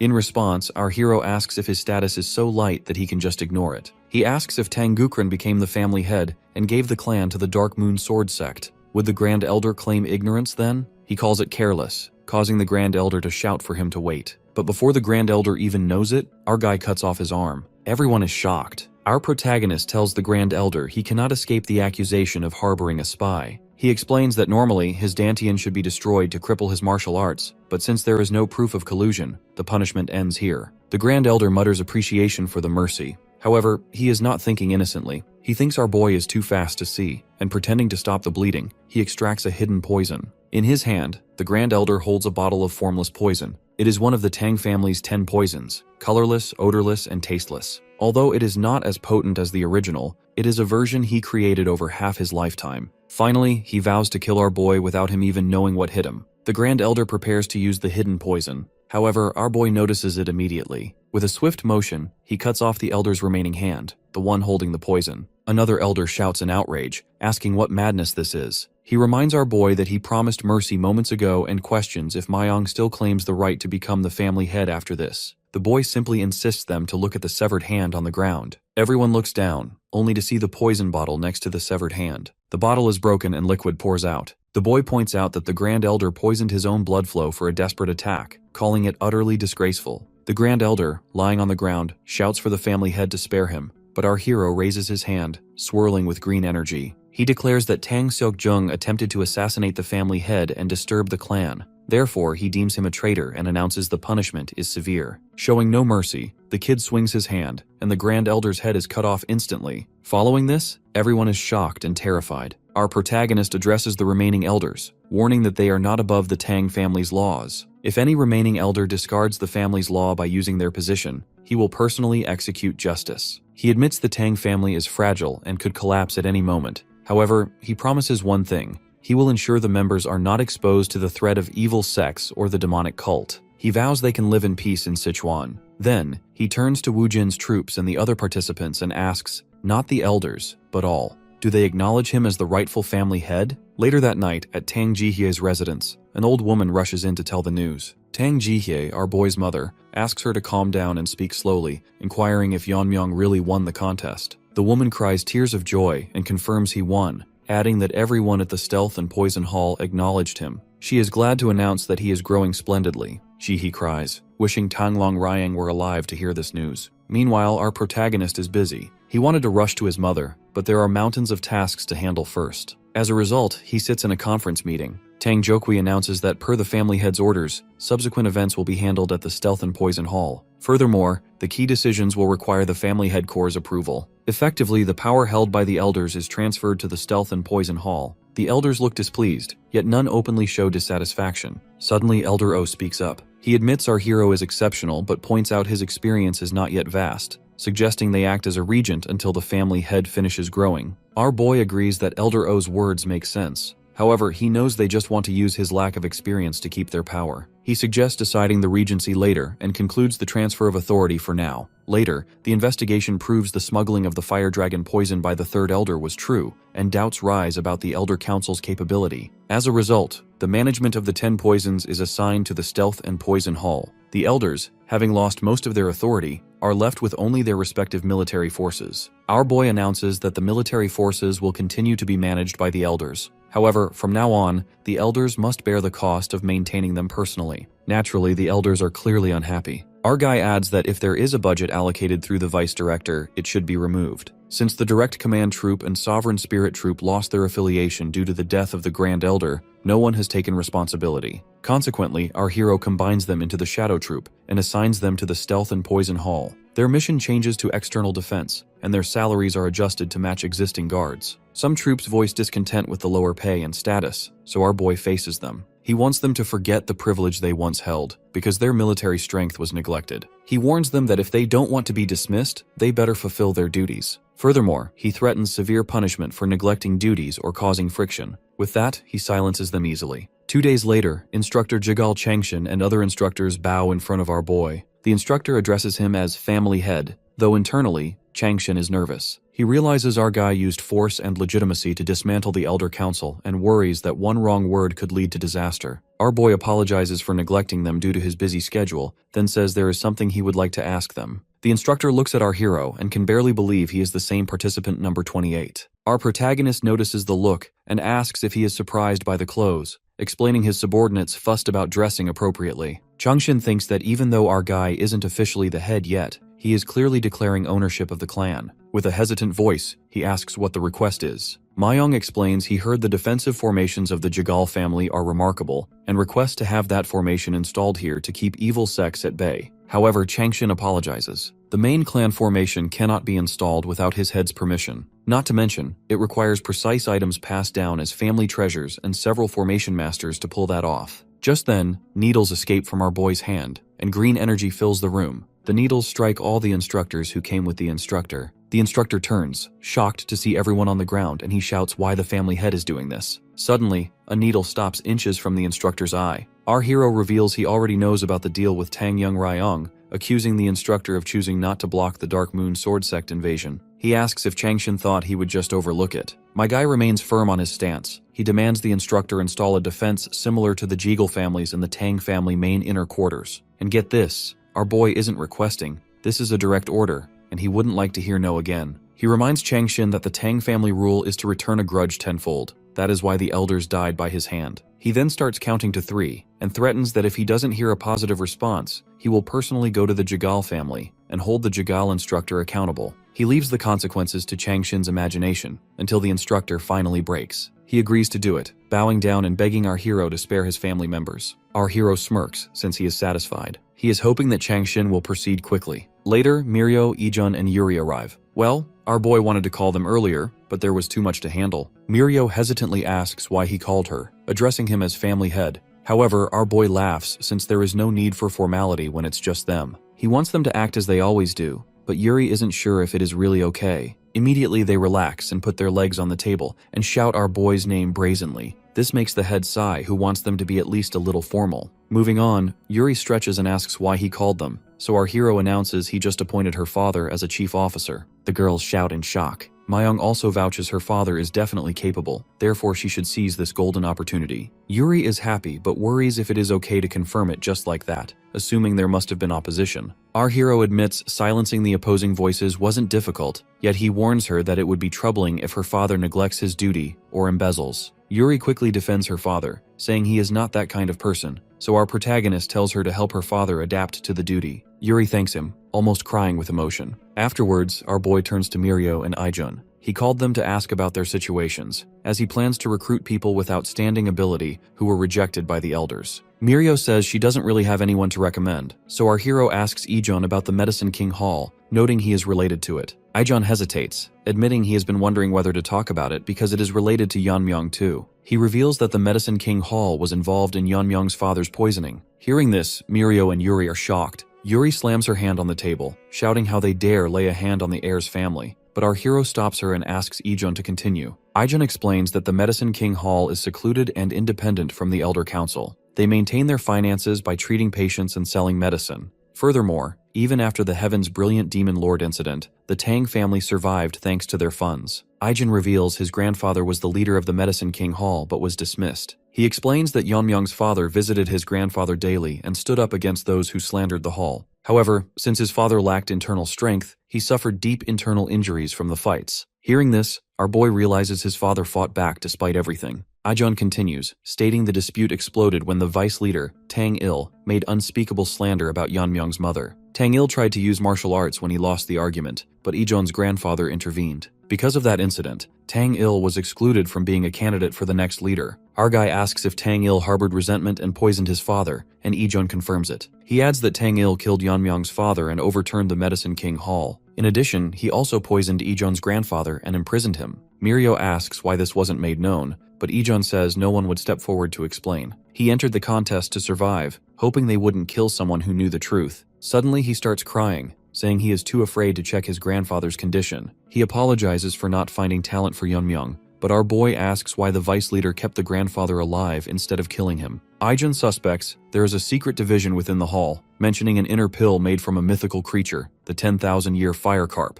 Yuri and Mirio are amazed it exists, so our hero asks what an inner pill is. Aijin explains it enhances inner strength, recounting a legend about a lord who achieved the fire realm by consuming it. Aijin warns that the pill contains strong poison. That is why, if taken without neutralizing it, it leads to death. Furthermore, if the poison is removed clumsily, the effect diminishes. Our boy asks if Ijon's grandfather is the only one who can preserve the efficacy without removing the poison, and Ijon says yes. He explains the current leader plans to consume the pill, ascend to the fire realm, and lead his followers out of the Tang family to start his own sect. Naturally, the group is angry at the rebellion. Myung thinks the man is foolish to seek the fire realm without true enlightenment. Our guy thanks Aijin for his honesty and then asks one more thing. If they purge the current members and restore the grandfather, can the Medicine King Hall function properly? Aijin clenches his fist and says it is possible, believing he can teach new recruits if necessary. Our boy smiles and says that will do. He tells Mirio they will finish her story later, then stands up and declares they will head to the Medicine King Hall right away. Aijin asks if our hero is sure about not visiting his mother first, but our protagonist says she will understand. He states that as a family head, he cannot leave a conspirator alone. Above all, his mother wouldn't want him to stand idly by after hearing what his friend endured. This makes Ijon tear up. Finally, our boy opens the gate and vows to completely erase the Medicine King Hall that Ijon used to know. Inside the Medicine King Hall, the current chief, Tang Il, is annoyed. He has heard that Tang Longrayang's son has become the family head, and he finds this troubling. He also worries because Tang Ijon has not returned to the hall yet. He knows Ijon is not the type to abandon his grandfather. However, he assumes Ijon must value his own life. Tang Il thinks he could kill the grandfather any time, but the problem is the inner pill. To fully absorb the pill's energy and reach the fire realm, he needs the old man to speak. Unfortunately, the grandfather won't talk even if he regains sanity. Tang Il debates removing the poison himself, but fears messing up and ruining the pill. Just then, a disciple runs in, shouting that the clan head is here. Tang Il shouts for him to be quiet. Meanwhile, outside, the Tang clan warriors are taking down the Medicine King Hall guards, clearing a path for our boy and Ijon. Later, Ijon confronts the members and asks why they are doing this. Myung asks Ijon if he found his grandfather, to which Ijon grinds his teeth and says no. He searched everywhere but found no trace, so he shouts at the men, demanding to know where they hid his grandfather. The men look at each other and claim they don't know. Immediately, our hero commands Supervisor Wu Jin, and Wu Jin cuts off the heads of the men who lied. Our boy looks at the survivors and asks who they are trying to deceive with those shifty eyes. He warns them not to test his patience and tells them to speak. Terrified, they finally confess, revealing that after the contest began, the current leader instructed them to imprison the former leader in the Noyak. Ijon is horrified. He asks how they could imprison his grandfather in such a place, explaining that Noyak was made to isolate infectious patients, but it was closed because the cold and damp environment worsened their condition. Our hero declares that he and Ijon are going into the Noyak and orders the Bongwi Brigade to clean the hall and wait at the entrance. Woojin is more than ready to obey. In the meantime, the Medicine King Hall members beg for mercy. However, Wu Jin and his men draw their swords and start slashing them. Going deep into the cave, our boy notes the depth and thinks Noyak fits the place perfectly. They are almost there, until they finally reach the entrance. Ijon sobs, fearing they are too late, but Myung tells him not to worry because his grandfather is alive. Ijon asks if he is sure, and our boy confirms he found him using his green energy. They enter the cell, and Ijon shouts that it is his grandfather. Our hero steps forward and cuts the cage rods. Ijon rushes to his grandfather and cries, "The old man's condition is worse than before." He suspects they used the mountain-subduing poison, so our guy asks what else they used besides that. Ijon lists Thunderbolt and Idiocy poison, which affects the brain to make one an idiot rather than kill them. He explains the poison spreads to the brain, consequently making antidotes ineffective without early intervention. Mayong says it will be simple, leaving Ijon amazed. Our protagonist tells Ijon to hold him steady as he places a hand on the grandfather's chest. He plans to inject his inner energy to devour the poison using the poison-devouring frenzy, along with universal poison absorption. Suddenly, Grandpa's dark skin reverts to normal human color, and his hand twitches. Ijon is amazed. Our guy thinks his technique has devoured extreme poisons many times, so he carefully absorbs the poison without harming the frail body. Ijon shouts that his grandfather is breathing and his complexion has improved. Our boy smirks and tells the old man to rise, at which the grandfather opens his eyes. He mutters, asking where he is, and then he sees Ijon and recognizes him. Then he looks at our hero and asks if it is Long Ryang. Later, after the grandfather fully regains consciousness, they explain everything. The grandfather realizes our boy is Long Ryang's son and the new family heir, which our boy confirms. He mentions he heard from Ijon that the grandfather looked after his father. With watery eyes, Grandpa says fate works in mysterious ways. He regrets that the child who couldn't see his father's face because of his fault ended up saving him, and he thinks Long Ryang's son has grown wonderfully. He wishes Long Ryang could see this from heaven. Consequently, the grandfather asks if he may devote himself to serving the family heir. Our boy says of course, and he takes off his green robe and puts it on the grandfather. He explains he came to arrange a new position for the leader and Ijon, then tells them to leave because people are waiting. When they exit the cave, Tang-il is shaken. He wonders how the old man can stand so firmly and shouts, asking how they can mercilessly harm the members of the Medicine King Hall. He reminds them that the hall earns the funds to maintain the Tang family, and asks if they want the family to collapse. Our boy asks if Tang-il plans to play dumb even after seeing where they came from, inquiring if those are his last words. Mayong turns to the grandfather and asks if he has a final message, but the grandfather just looks away. Tang-il, having no choice, starts running and shouts for people to move aside. He thinks he will die if he stays, but suddenly a needle strikes Tang-il's neck. His body freezes. Our hero explains that it is the heart-severing flame poison made by Ijon, and then asks if Ijon's poison isn't enough to replace Tang-il. He notes Tang-il probably cannot even hear him now, and then Tang-il falls to the ground, completely dead. Our boy turns to the remaining members and commands the Bongui Brigade to finish the job. As usual, Woojin is prepared to execute the orders, and they take care of all the members of the Medicine King Hall, effectively erasing its corruption completely. Rumors spread instantly among the clan that the Medicine King Hall has fallen. Because of this, some men discuss whether the Tang clan can survive without the hall's funding. They wonder why the new leadership got rid of the place supporting them. Inside the hall, our hero stands in front of a red blazing orb. The grandfather warns him that the Medicine King Hall has fallen, but the orb is dangerous. Therefore, he asks if our guy plans to take it right away. He suggests waiting a few days for the poison effect to wear off, but our boy looks at the orb excitedly. He thanks the grandfather, but says he will take it as it is because he plans to use it soon. He thinks that if the poison is so strong it is visible to the naked eye, he cannot get rid of something so precious. With that, Mayong extends his hand to grab the orb. Before he even touches it, his fingers feel like they are melting, so he clenches his fist. He realizes it has an extremely potent fiery poison, as expected of a spirit that lives in lava. However, he notes it is nothing compared to the fire dragon poison from before. He thinks that if an ordinary man took this in an unrefined state, the power would burn them from the inside. Consequently, he decides this is the perfect way to test the strength of the 10 poisons. He then closes the box, feeling the power of the spirit inside. Back at the Stealth and Poison Hall, Tang Jihye comes to visit her son. She enters the hall and apologizes for the intrusion, telling our hero that she really got lucky with her child. Our hero welcomes her, stating this place belongs to her in the first place, so she should be here. He looks at her and thinks she is still beautiful, though she has aged from worry. Jihye runs to him and hugs him tightly, saying she is so thankful he returned safely. Our guy hugs her back while thinking about his past life. He remembers only reflecting on regret before his death, because he had no one to share his happiness with. That's why he decides his past life alone is enough for a life full of regret, and he vows that from now on, he must protect this life. Our protagonist asks if she met the Bongui Brigade, and Jihye says yes. She mentions they came this morning to help move her things, noting everyone was a familiar face, so it felt kind of odd. She points to the box in his hand and asks what it is, so our boy says it is something he brought for her. He opens the box, revealing the glowing orb. Naturally, Jihye is shocked. She recognizes it as the inner pill from the 10,000-year fire carp, and insists that it would be right for him, the clan leader, to take it. However, our boy refuses. He says it is right for his mother to take it, claiming he has no use for the inner pill now. Jihye is confused and asks what he means. Our hero explains he has nothing more to increase with the orb, and then he holds her hand. Suddenly, a burst of energy surges from him.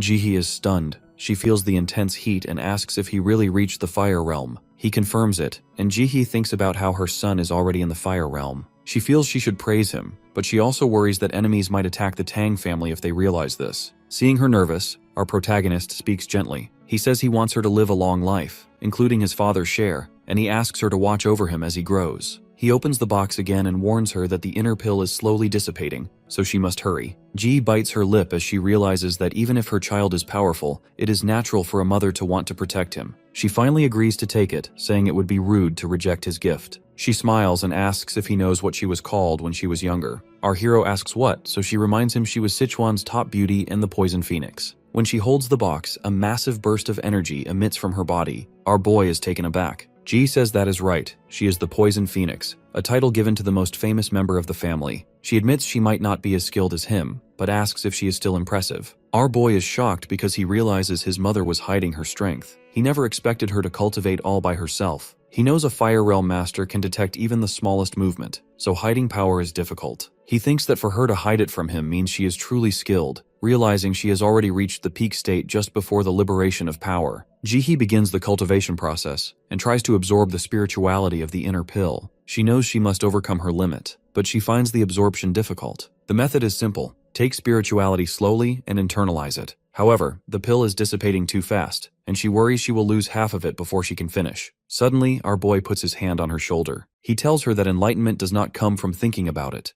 Instead, he advises her to absorb, analyze, and imitate her surroundings. He says he will give her a little push, and then he transfers his energy into her. Jihee is shocked that Yeonmyung's energy is fusing with the inner pill. She recognizes this as the Tang family poisonous vital azure radiant heart technique, and realizes she doesn't have to internalize it little by little. Instead, she can transform the pure energy into something she is familiar with and absorb it all at once. She focuses, thinking to herself that she was blessed with such a good son. Finally, the process is done. Our boy steps back and declares that with this, his mother has reached the fire realm as well. Everyone is present at the main building of the Hall of Dark Poison. However, the mood is tense. Captain of the Poison Lord Unit, Ji Hyuk Dang, grumbles about being called to a meeting at such an odd time. They feel that their time has been disrespected. The fifth elder then asks Jeokwi how much longer they need to wait. While Yeonmyung might be the young lord, it is still too much to gather everyone and make them wait. Hiding his anger, Jeokwi mentions he will arrive any second. Right then, the guards announce the arrival of their young lord. Yeonmyung enters and thanks everyone for coming so early, explaining he wanted to make an announcement with everyone present. He steps ahead,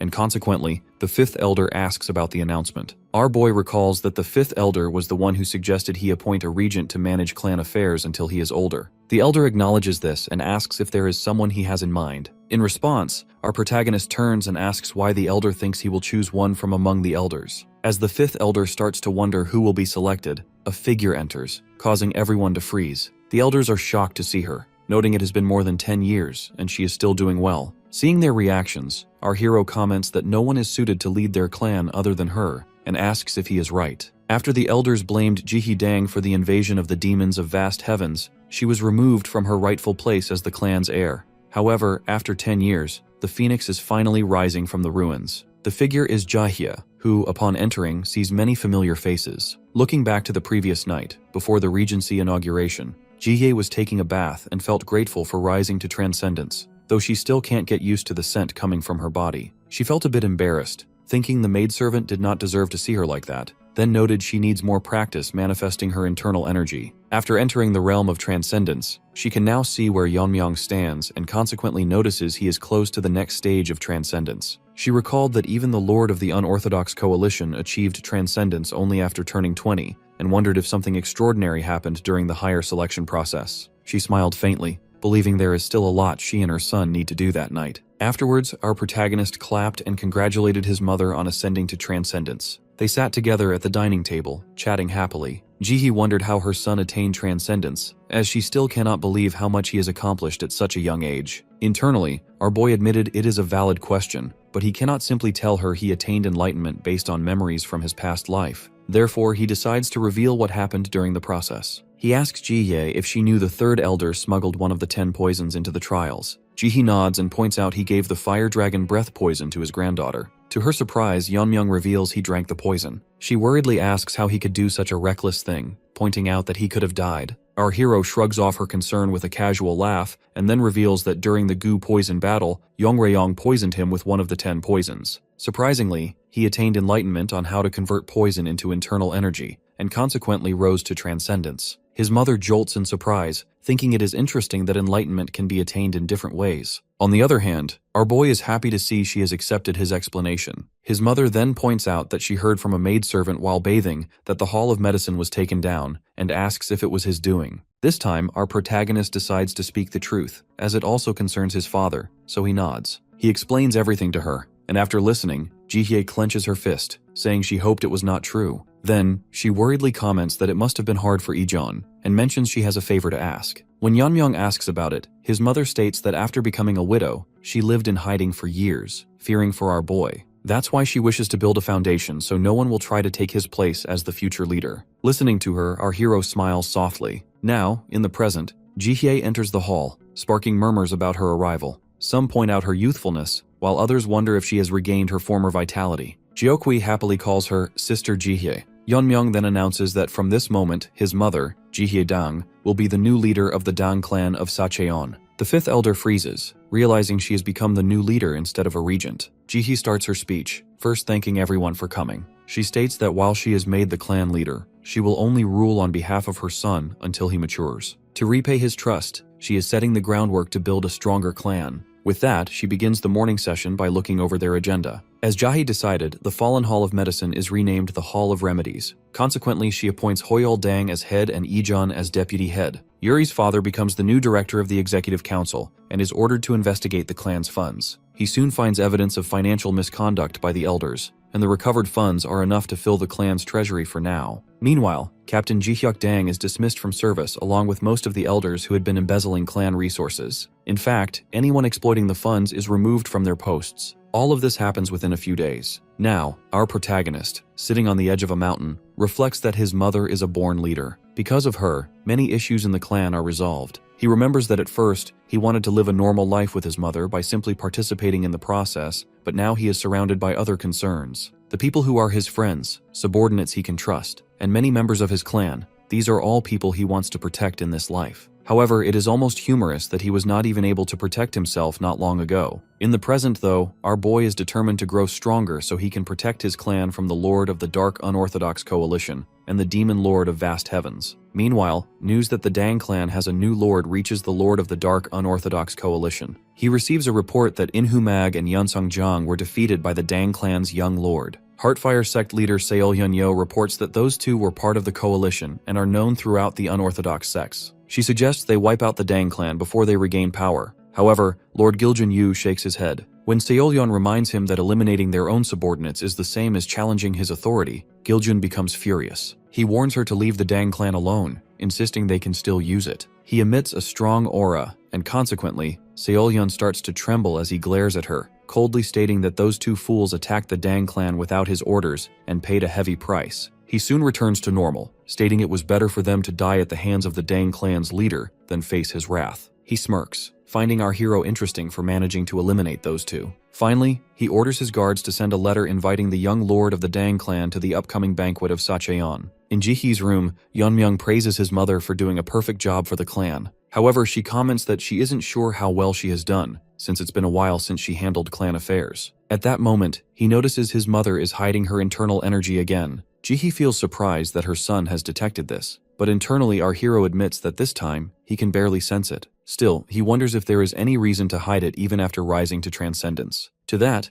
Jihee states she is not simply holding back her strength, as she is using a secret technique from their clan called Hidden Energy Presence. She also suggests he use the technique, but he grows confused since he doesn't see any reason to do so at the moment. Then, his mother begins telling a story about one of their ancestors, the very first firefighter of the Dang clan. During his time, a terrible plague spread through a one-clan village in Sacheon. Even though food was abundant, the villagers appeared extremely weak. With no funerals being held, bodies had to be burned to prevent the spread of disease. Consequently, the village was nearly wiped out by the plague, but a 10-year-old boy remained. The boy was unaffected by the disease, and the only explanation the villagers could come up with was that he was the cause. Soon he was kicked out of the village, and during a storm, he sought shelter in a cave. He survived by eating leftover food that villagers had offered to the gods. 2 days passed like that, and he remained alone. On the third day, however, the villagers did not visit the temple. Everyone had died, and that boy was the only one left. He wondered why he alone was unaffected by the plague. Soon after, a mysterious group appeared before him because he was a child with an affinity for poison. The group was the most notorious assassin guild in the history of martial arts, the Moonshadow Poison Assassination Guild. This guild had kidnapped many children across the continent to train them as assassins, forcing them to take poison pills that required regular antidotes, making escape impossible. As the boy grew into an assassin, he discovered the body of a peer who failed to take the antidote on time.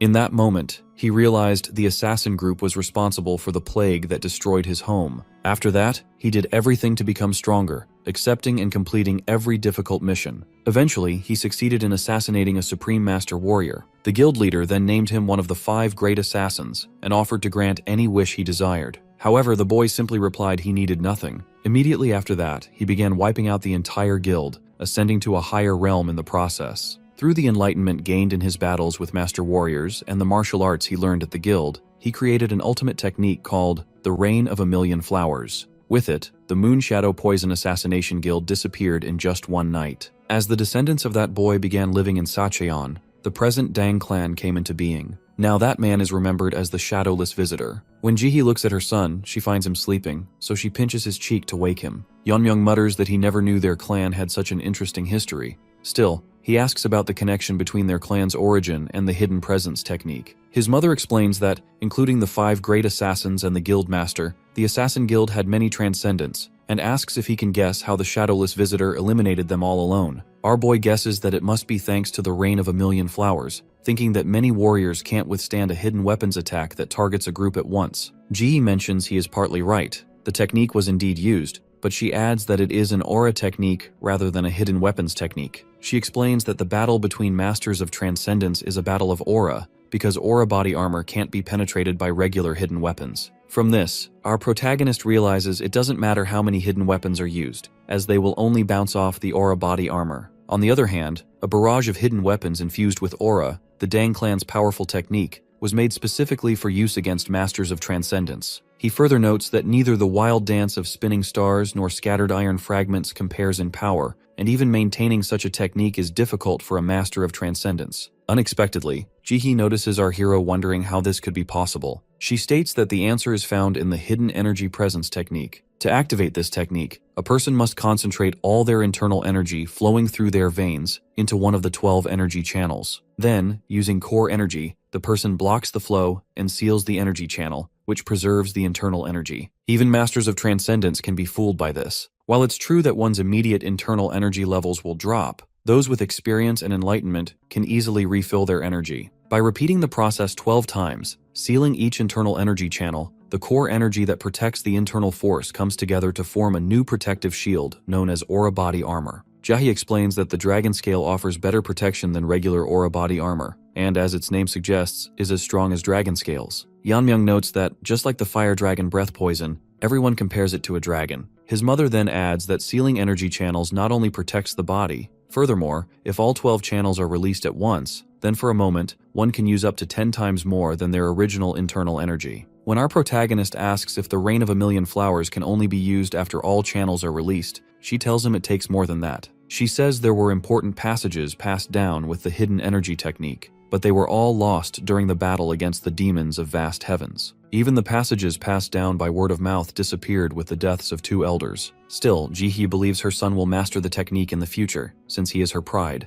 Our hero agrees, thinking there is nothing that the poisonous phoenix's son cannot do. Soon, Yeonmyoung learns the hidden energy presence technique from his mother. Now sitting at his desk, he thinks that drinking poison is the best way to quickly refill his internal energy after it is sealed away. Others call it poison, but to him it is an elixir. He decides to ask Ijun to make some poison for him, but his thoughts are interrupted by a guard who knocks on the door. The guard announces that the young lord has a guest who wants to meet urgently. Suddenly, Mirio bursts in, yelling for help from our boy. He asks what's going on, and unexpectedly she shouts that her sister is dying. Yeonmyoung quickly asks if Mirio should take her sister to the Hall of Remedies. However, Mirio cries as she reveals they have already been there several times, but it turns out her sister's condition isn't something medicine can treat. When our hero wonders if it might be an internal injury, Mirio explains that it's actually energy blockage of the 9 yin channels. In fact, aside from the Blazing Sun Palace, the North Sea Ice Palace also uses energy blockage in their martial arts. The members of the Ice Palace practiced ice martial arts, which, being born with yin energy, was considered both a blessing and a unique skill for those people. As they step out, our boy and Mirio discuss how people who don't practice ice martial arts gradually suffer from energy blockage. He then asks if she and her sister are descendants of the North Sea ice, to which she nods, but clarifies they aren't direct descendants. A long time ago, the descendants of the Ice Palace settled in Sacheon and married into the Dang clan. People say the energy blockage can be treated by learning ice martial arts. However, in the Dang clan, members only learn about poison and hidden weapons. Consequently, they have nothing left of ice martial arts here, and the techniques their ancestors brought have long been lost. Now, energy blockage appears like a genetic illness every few decades, and this time it's Mirio's sister who is suffering. When Yeonmyeong is about to say something, Mirio announces they have arrived at her home. Inside, her sister's condition has worsened. She is beginning to freeze, her eyes closed, and she is unable to awaken. Our protagonist notes that the room itself is freezing from the cold energy. He turns to Mirio, who is weeping, and tells her he can't promise anything because of her sister's current state. He explains that it looks like her sister has used her innate core energy to block her energy channels and fight the cold, but she is at her limit. As a last resort, she has even shut down her consciousness to focus on blocking the energy. While sobbing, Mirio asks if there is anything they can do. She pauses, and then our hero reveals that there is a way. They can try using external force to expel the cold energy, but there's a high risk. Her sister might not withstand the process, and he could be overwhelmed by the cold energy himself. Mirio imagines the scene in her mind, frozen with worry. Yeonmyeong frowns, wishing the odds were in their favor,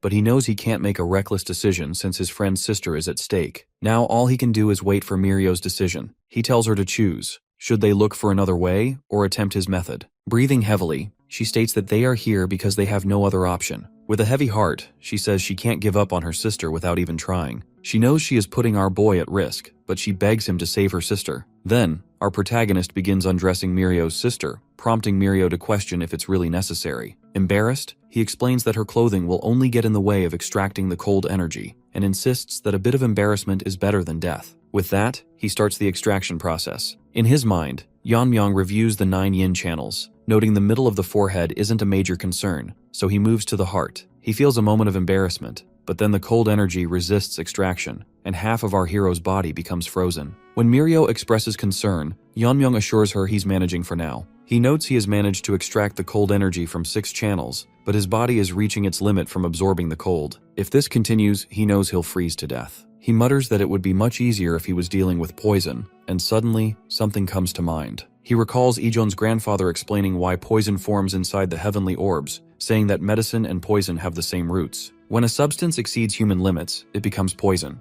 Our boy realizes that even yang energy, essential for life, becomes fire poison when it exceeds safe limits. Therefore, he considers the bone-chilling cold energy as ice poison. He immediately activates the azure pool of poison lust. After a short moment, it begins to react. Although the cold energy might initially resist extraction, once it is perceived as poison, it will cease to be a threat. As a result, his frozen side begins to thaw, and his azure pool completely draws out the cold energy. Miso, feeling her body warm as the cold leaves her, slowly opens her eyes and suddenly begins to scream. Looking at Mirio, both sisters start to weep and embrace each other. Mirio explains to Miso what just happened, which makes Miso feel she owes her life to Yeonmyeong. Although Mirio is concerned about why the young lord is still touching her sister, Miso points out that he is still focusing and consequently suggests they wait. Meanwhile, inside Miso's body, our boy observes that this energy is like an elixir. There is more energy than his body can absorb, and while the excess will disappear, he decides to absorb as much cold energy as possible to try out the hidden energy presence technique. He wonders exactly how many energy channels he is able to fill up.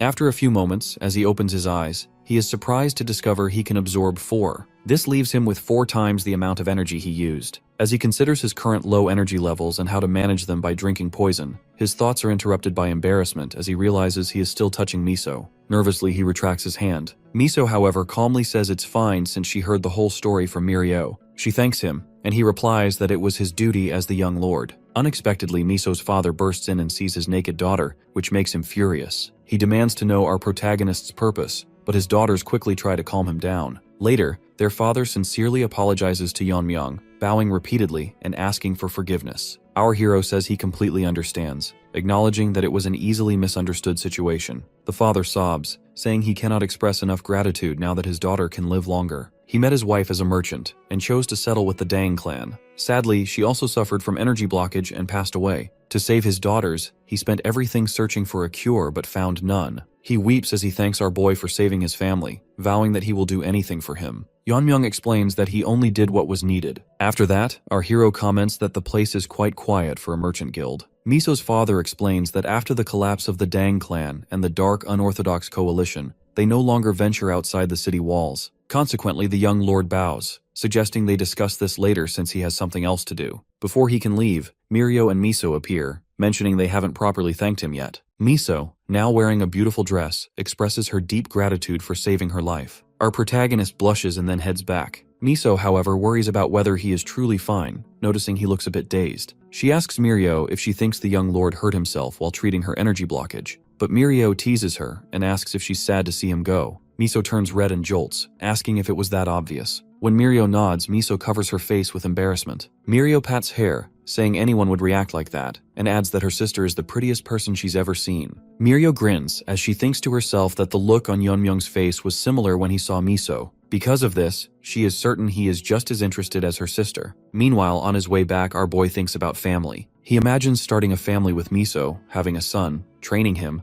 and eventually marrying him off and having grandchildren. He blushes, realizing he even imagined grandchildren. He smiles, never expecting to have such feelings for someone, and guesses this is part of wanting a normal life. He hopes to see Miso again soon. However, he recalls the issue Miso's father raised earlier. He starts thinking about Giljun Yu, Lord of the Dark Unorthodox Coalition. Although not directly involved in the downfall of the clan like the Demon Lord of Vast Heavens, there is still a threat, as shown during the heir selection process. Our hero concludes that as long as they share Sacheon, conflicts are bound to happen. At the Heartfire sect, in the Dark Unorthodox Coalition's territory in Sacheon, Seolyeon receives a report that the Dang clan is growing rapidly. She takes a bite of her apple and doesn't pay much attention to the report. She then recalls Giljun's cold warning to stay away from the Dang clan. She also remembers Injae Yob, Chobung's sect leader, reminding her to wait until their lord's anger subsides. In a burst of frustration, Seolyeon throws her apple at the reporter, angry that everyone keeps telling her to do nothing even though the Dang clan's new leader and heir have both reached transcendence. She bites her nails, frustrated that she can't avenge Inhu Mag and Yeonsang Jang yet. Suddenly she pauses, recalling her lord's orders to invite the Dang clan's young lord to the upcoming Sacheon banquet. She smirks,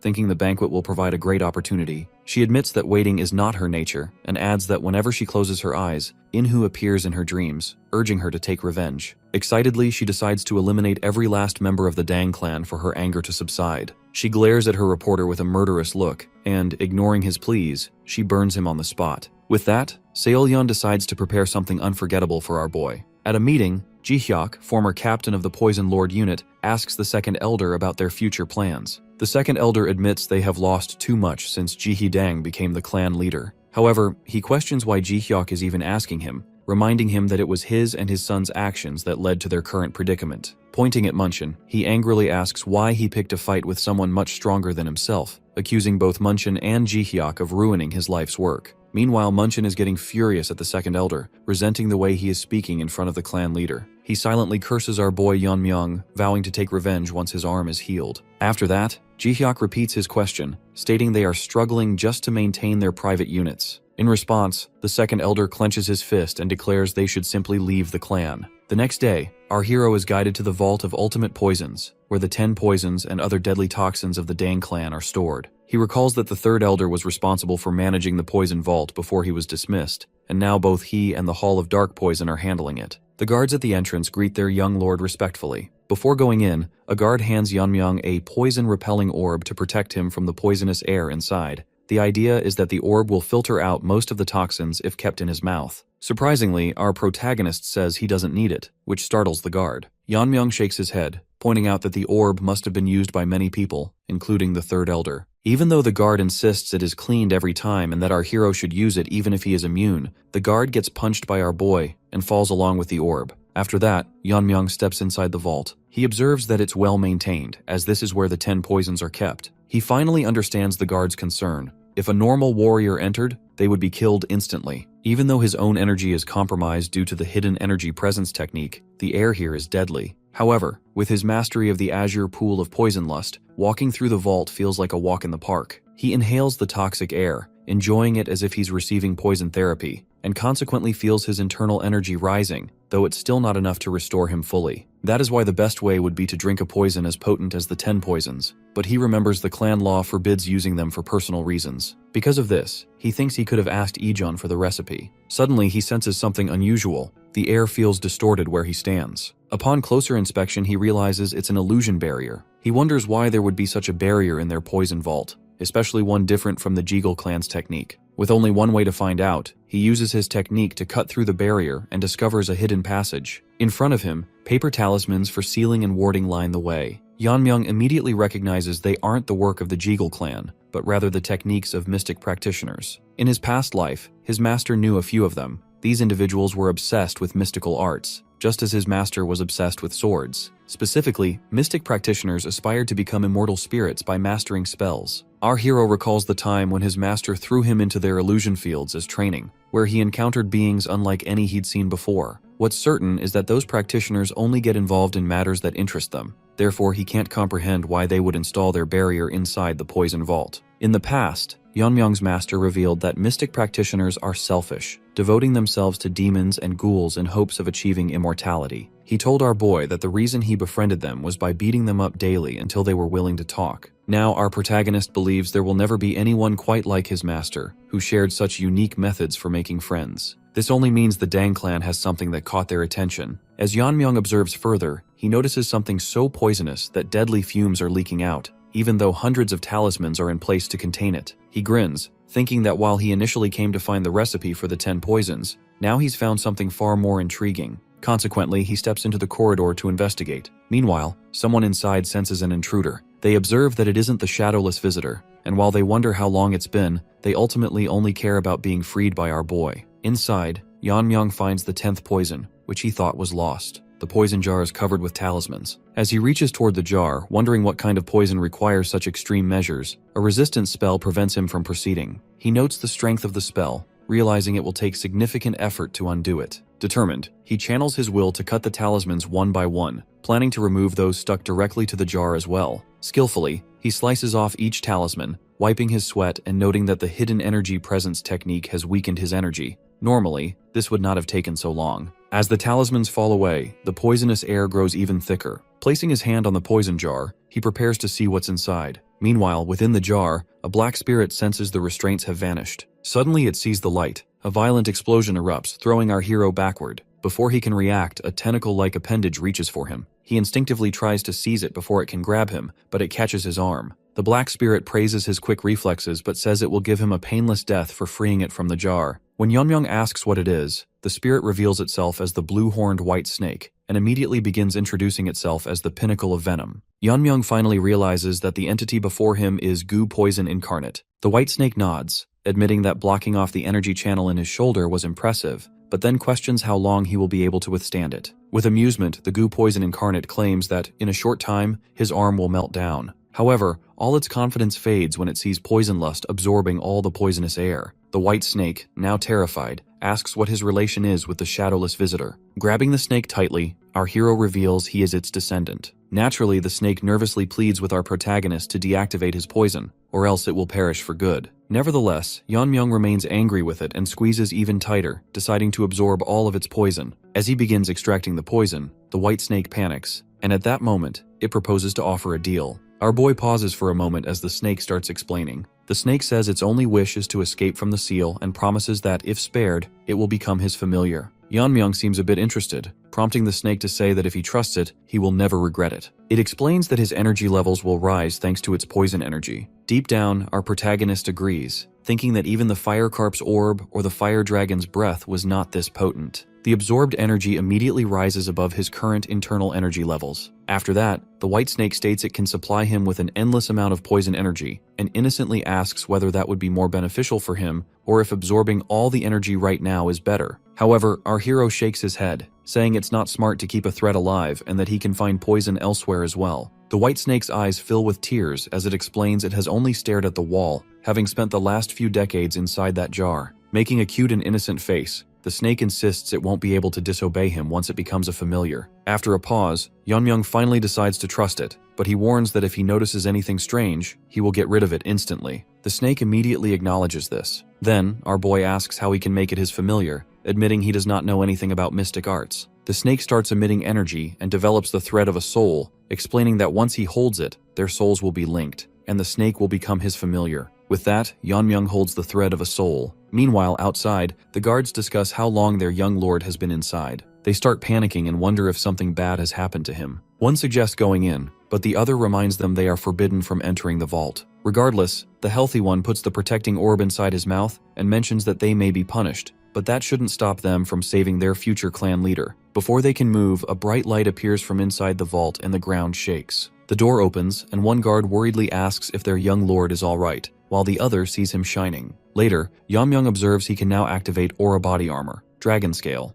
Unlike the normal aura body armor, this one feels as if he is wearing actual armor. He smiles, recalling that he was able to fill all 12 energy channels once he made the white snake his familiar. Still, our protagonist plans to control his energy levels in public more, as he has already attracted a lot of attention on his way back. In the next moment, the white snake comes out and asks why Yeonmyoung has to worry about what others think of him, even though the shadowless visitor did not conceal his power. Ignoring everything said, our hero flicks the snake away, reminding it to stay hidden. Feeling pain, the white snake reveals that others can only see it if it allows them to. It also adds that with this kind of aura, our boy will ward off his enemies as well. Still, Yeonmyoung feels it is too much, as this time he is trying to live a normal life. Hearing him say, this time, the white snake points out that he is talking like he is living his second life, and consequently, doubts he will live a normal life. When our young lord demands to know what he means, the snake states there is always a reason behind having great power. It adds that it was the same for its previous master, the shadowless visitor, because those with power are bound by fate. Yeonmyoung smirks, pointing out his ancestor also controlled it. The white snake gets irritated and tells him not to get it started. It reveals that the former master made it work like a dog, and then had a mystic practitioner seal it in a jar, thinking it was dangerous. As the snake fumes just thinking about its past, our protagonist is deep in thought as he finally understands why mystic practitioners were involved. The white snake is actually a mythical creature on a higher plane of existence. Now, Yeonmyoung wonders why the mystic practitioners didn't try to make it their own, and why they helped his ancestor seal it instead. He wonders if his ancestor was similar to its previous master. More than that, he thinks about whether he was really born like this for a reason,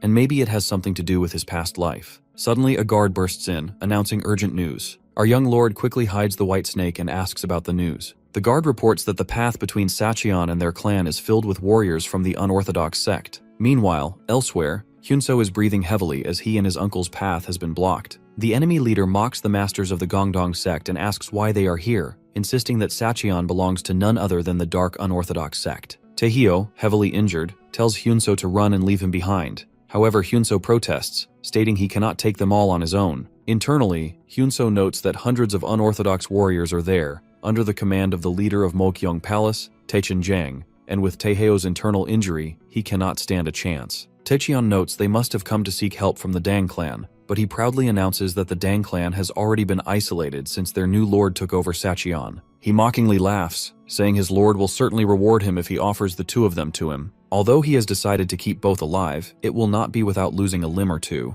Meanwhile, Yeonmyoung arrives at the scene as his guard guides him. Our hero asks who those men are, and his guards reveal they are from the Gongdong sect. He then concludes that those on the opposite side are from the unorthodox sects. After that, he orders his guards to assist the two from the Gongdong sect. Hyunso observes from a distance and realizes the Dang clan is there to help, but he is not happy with their small number since they face hundreds. Our protagonist steps forward, and when he sees Taehyo in poor condition, he orders his guard to assist him. A guard appears instantly, supporting Taehyo, while Hyunso is stunned to see this help from someone other than their own lord. The guards offer a soft smile as Hyunso, still worried, reveals they have been chased by at least 200 men. A guard reassures him, suggesting that if he is unsure, he should just wait and watch. Then, Taechin wonders who our boy is, and one of his men explains that he is the one who survived the Dang clan's heir selection process and became the young lord. Taecheon starts mocking our protagonist, calling him a pretty boy, and reminding him to be grateful for the mercy their lord showed the clan. Now that they have crossed the line, Taecheon says he will teach them a lesson. But before he can finish his speech, Taecheon falls from his horse, leaving his men confused. On the other hand,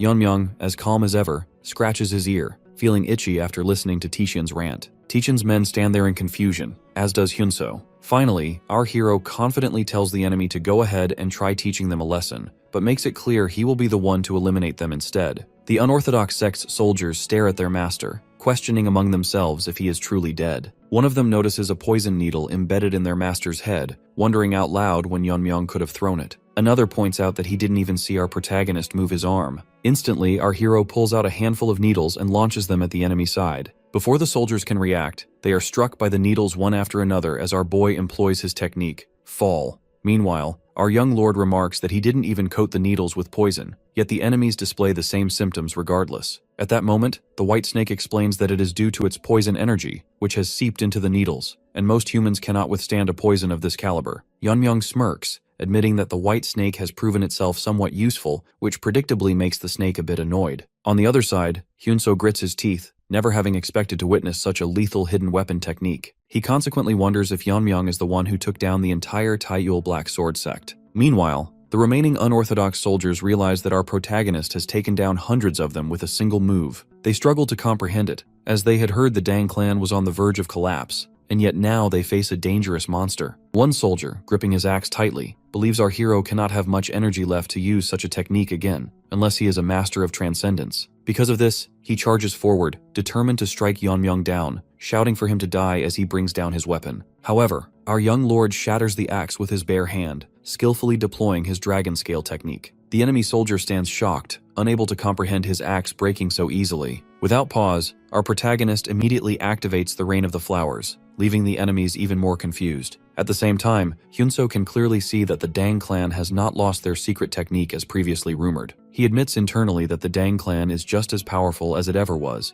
and notes that they are truly capable of challenging the unorthodox sects. His thoughts are interrupted when Yeonmyeong notices his presence. Nervously, Hyunso mumbles that he simply cannot take his eyes off these techniques. In response, Yeonmyeong suggests they return to the Dang clan's headquarters to discuss what just transpired. Hyunso acknowledges this and takes in the terrifying sight of the unorthodox sect's fallen soldiers, ultimately deciding it is best to maintain a good relationship with the Dang clan. Looking back to a few days earlier, outside the walls of Sacheon, Hyunso had told his sect uncle that he was grateful for making it here without trouble. Despite rumors that the Dang clan had fallen, things seemed peaceful. However, his uncle was tense for reasons he did not share. Suddenly, a man in a hat appeared, asking about the meal they had just finished. Hyunso hadn't sensed his presence, promptly concluding the stranger could not be an ordinary master. His eyes widened when his uncle revealed that the man was Giljun Yu. Giljun removed his hat, hoping he had not interrupted their meal, and then asked what brought them to his Sacheon. Hyunso began to sweat, never expecting to encounter the lord of the unorthodox coalition. Giljun turned to Taeheo,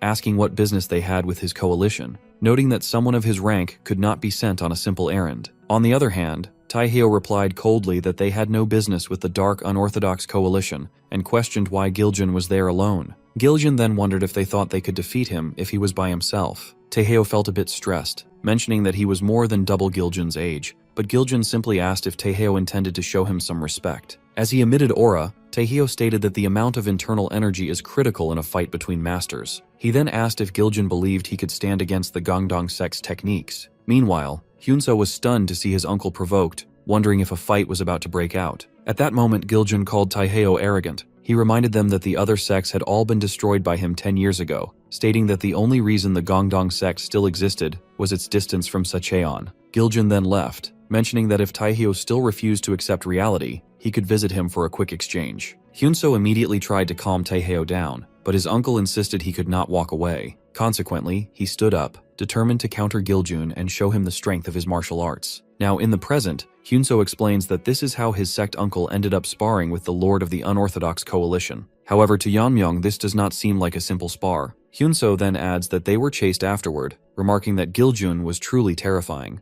The duel had continued with both exchanging strikes at such speed that even Hyunso could not keep up. Taeheo then landed a powerful attack, but Giljun commented that this could not be his best. Hearing this, Taeheo gritted his teeth and began activating the true power of the demon-suppressing sword technique. Hyunso, watching from the ground, thought his uncle had the upper hand, but then he saw Giljun smiling and blocking the attack at the last second. Determined, Taeheo decided to use his ultimate enlightenment. On the other hand, Giljun smiled, finally able to witness the technique at full power. Following a huge explosion, Hyunso was stunned to see his uncle use the ultimate move. As the smoke cleared, Taeheo announced he had defeated Giljun, But before anyone could celebrate, Giljun emerged from the smoke unharmed. Both Taehyo and Hyunso froze upon seeing him unscathed. Giljun said he should expect nothing less from one of the 9 great sects, admitting it was a martial art that truly dealt with aura. Hyunso found it unbelievable to see Giljun survive the technique. Therefore, Taehyo immediately shoved Hyunso aside as Giljun unleashed his own technique, naming it the Righteous Suppressing Divine Technique. Yeonmyung wants to confirm whether Giljun really used the Gongdong sect's martial arts, and in response, Hyunso describes it as a modified version of their technique. Although the energy was of a different kind,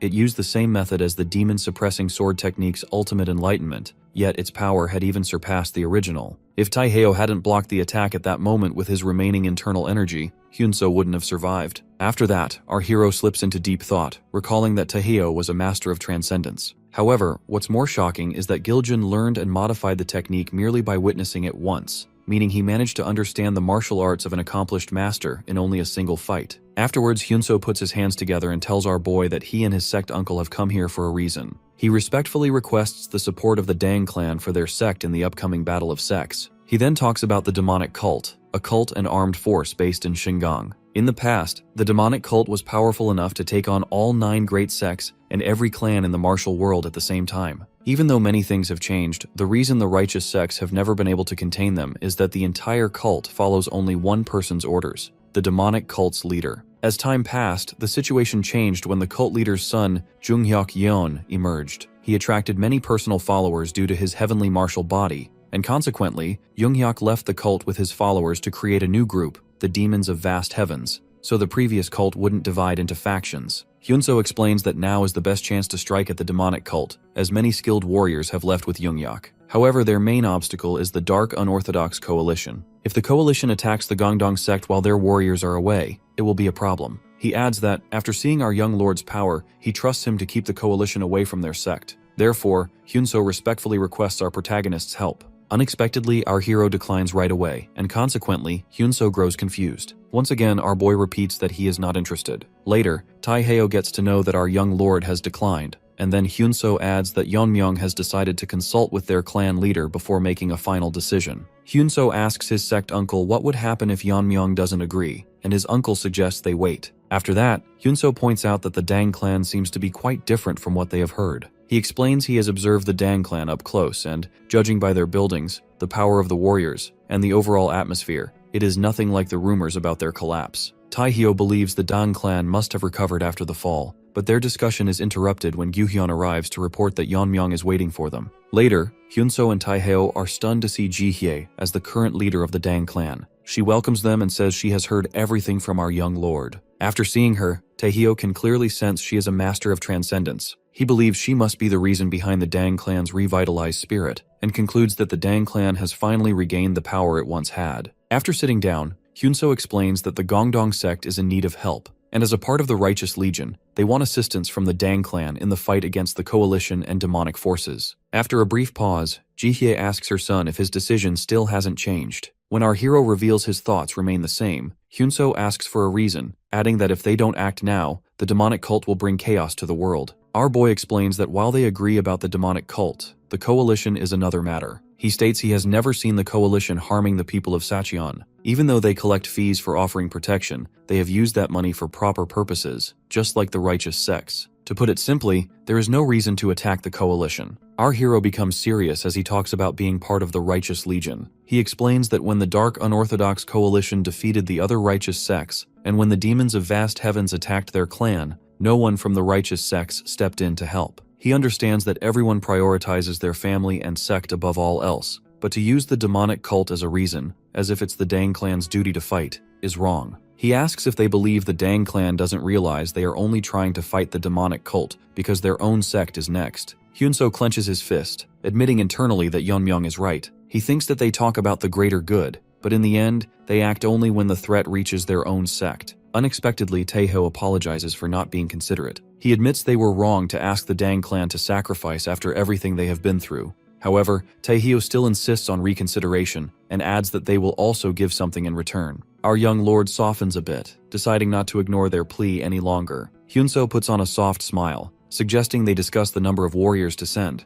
but our protagonist cuts him off, saying he is more interested in how much they are willing to pay. Later, Hyunso is completely dazed, unable to believe they have just offered their sex maintenance fees for several years. Taehyo calmly says it's more than worth it if that's what it takes to save the sect. Plus, Yeonmyoung wouldn't have asked such a heavy price if he weren't confident. Hyunso admits our young lord's strength is impressive, but Taehyo interrupts, warning not to be too sure, since our protagonist may even surpass the Dang clan's leader. But Hyunso points out it's impossible for Taehyo to be fooled when it comes to energy presence. Taehyo responds that it's possible if someone hides their level of accomplishment, even from a master of transcendence. Above, our hero listens to their discussion as they leave. This makes him think that it's unlikely Taehyo would know if he was using the hidden energy presence technique. He admits internally that Taehyo's intuition is sharper than he expected. Right then, his mother demands to know why he changed his mind, knowing he didn't agree for the money alone. Our protagonist explains that it wasn't a sudden change of heart. Even though he has spoken highly of the unorthodox coalition, he doesn't fully trust them. His mother points out it is true that Sacheon was destroyed despite the fall of the major sects, and Yeonmyoung nods, but states that was only because of Giljun-yu. He points out that these sects are not considered unorthodox just because they didn't join the righteous sects. Rather, it's that they prioritize personal gain over honor and justice. Consequently, they are no different from bandits. Even though Giljun currently holds the unorthodox sects back, it's in their nature to destroy their opponents. If Giljun disappears, the unorthodox sects will destroy Sacheon completely. Jihee acknowledges this, then asks Yeonmyoung about his plan. Our hero grins, saying he plans to keep the coalition too busy to think about going north. However, his mother questions whether it isn't too much for their clan to keep them occupied. Right then, our protagonist reveals he is planning to shake them from the inside. Jihee is startled as she realizes he intends to go straight into their headquarters, but she admits it makes sense. Our boy calmly assures her and reveals he will use their invitation to attend the banquet of Sacheon. Unlike in the past, the banquet has now become a competition for the younger generation. Therefore, our young lord has decided to attend just to observe their true nature. If he finds them cruel and wicked, he will eliminate them all. Meanwhile, in a carriage outside the Dong clan, Changshin advises a girl named Yeonmyoung not to do anything reckless. He reminds her that the future of their clan depends on her actions. Yeonmyoung chuckles, reassuring her uncle that she will do her best to make Yeonmyoung hers, no matter what. Ijeon greets Taehyo, bringing bright medicines meant to aid his recovery. Taehyo lies in bed as Ijeon inquires about his internal injury. In response, Taehyo happily reveals he is feeling much better and adds that his grandfather's medicine is absolutely wonderful. He admits that when he first heard the medicine combined poison and medicinal herbs, he was hesitant.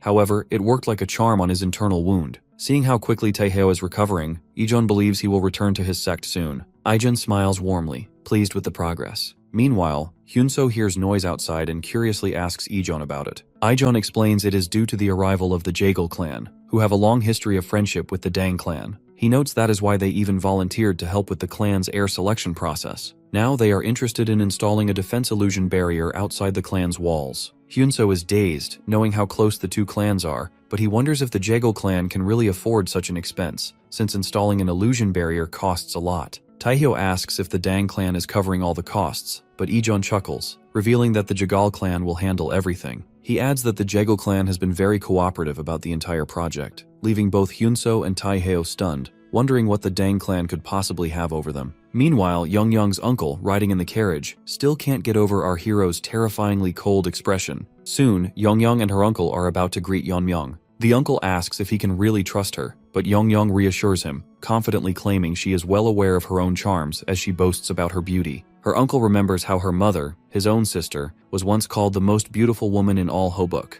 Consequently, he concludes it won't be difficult for Yeonmyoung to win over our young lord. He recalls internally that more than 10 years ago, the demons of vast heavens ambushed the Jagal clan because of his sister. She saved the clan by sacrificing herself, but unable to endure the shame of being treated as a one-night plaything, she took her own life. Now, he promises himself not to let his clan face the same tragedy again. He believes that if Yeonmyoung and our hero develop a relationship, the Jagal clan will survive thanks to the Dang clan's support. Deep down, he prays for Yeonmyoung, knowing the future of the clan rests on her. The door before them opens, and Jihee greets them, mentioning she has heard that the Jaegul clan's illusion field played a major role during their selection process. Both Yeonmyoung and her uncle are stunned to see Jihye for the first time. Jihee beams, happily discussing their interest in installing a defense illusion barrier. Changshin is in disbelief, wondering if she truly is the mother of our young lord. He privately implies that our boy must have taken after her. He immediately greets Jihye and apologizes for not knowing the Dang clan has appointed a new leader. However, Jihee calmly shrugs it off, explaining the Jeagle clan was not present when she was appointed. She then advises them to rest after their long journey, at which Changshin sincerely thanks her. Jihee then asks who the girl with Changshin is, and he reveals she is his niece, here in hopes of establishing stronger ties with the Dang clan. He asks his niece to greet Jihee, but Young is blushing hard, her heart pounding after seeing our protagonist. She wonders how someone can look so handsome and quickly concludes he will make a perfect husband. Changshin panically whispers her name, snapping Young back to reality. She bows, introduces herself, and congratulates Jihee on becoming clan leader. Jihee thanks her sincerely, finds her polite, and adds that she will be chased by boys in a few years. Calmly, Jihee reveals she was also popular in the past, remarking that Young reminds her of her younger self. Young insists she still looks beautiful, admitting she thought Jihee was our young lord's older sister. Internally, Young plans to make a good impression with both the young lord and his mother, as she will be her future mother-in-law. With that, Jihee hopes she and her son get along well, since they are the same age. Young deliberately fills her eyes with tears, mentioning her half-brother at home was never fond of her. As she opens her teary eyes hoping to move our hero, she finds him yawning. Both she and her uncle are stunned to see him yawning while she explains her hardships. Young struggles to understand this, since in her clan, boys have never left her alone. Now she feels insecure about her looks. On the other hand, our young lord is only thinking about Miso. Young clenches her fists, feeling humiliated that our hero didn't even look at her. Meanwhile, Jihee scolds our protagonist for his bad manners. Now, Young vows to make our boy fall for her no matter what. In the meantime, in Inner Sacheon City, the territory of the Dark Unorthodox Coalition, people gossip about our hero attending the banquet of Sacheon. They doubt the other sects will stay quiet after what he has done. The Heartfire sect turns out to be the preparation hall for the banquet. In a meeting, Seolyeon explains that the front page of the document is the required budget for the banquet, and behind it are the lists of participating sects and clans for the martial arts competition. Myung-il-sang, one of the 6 great unorthodox leaders, mentions that originally the Cheonjin sect was in charge of this year's banquet, but now the Heartfire sect will handle it. Seolyeon answers that she is just following their lord's orders. Another leader laughs, mentioning that their lord just sped out without even looking at Seolyeon's report. Someone else jokes that their lord is a free spirit and wonders when he will finally grow up.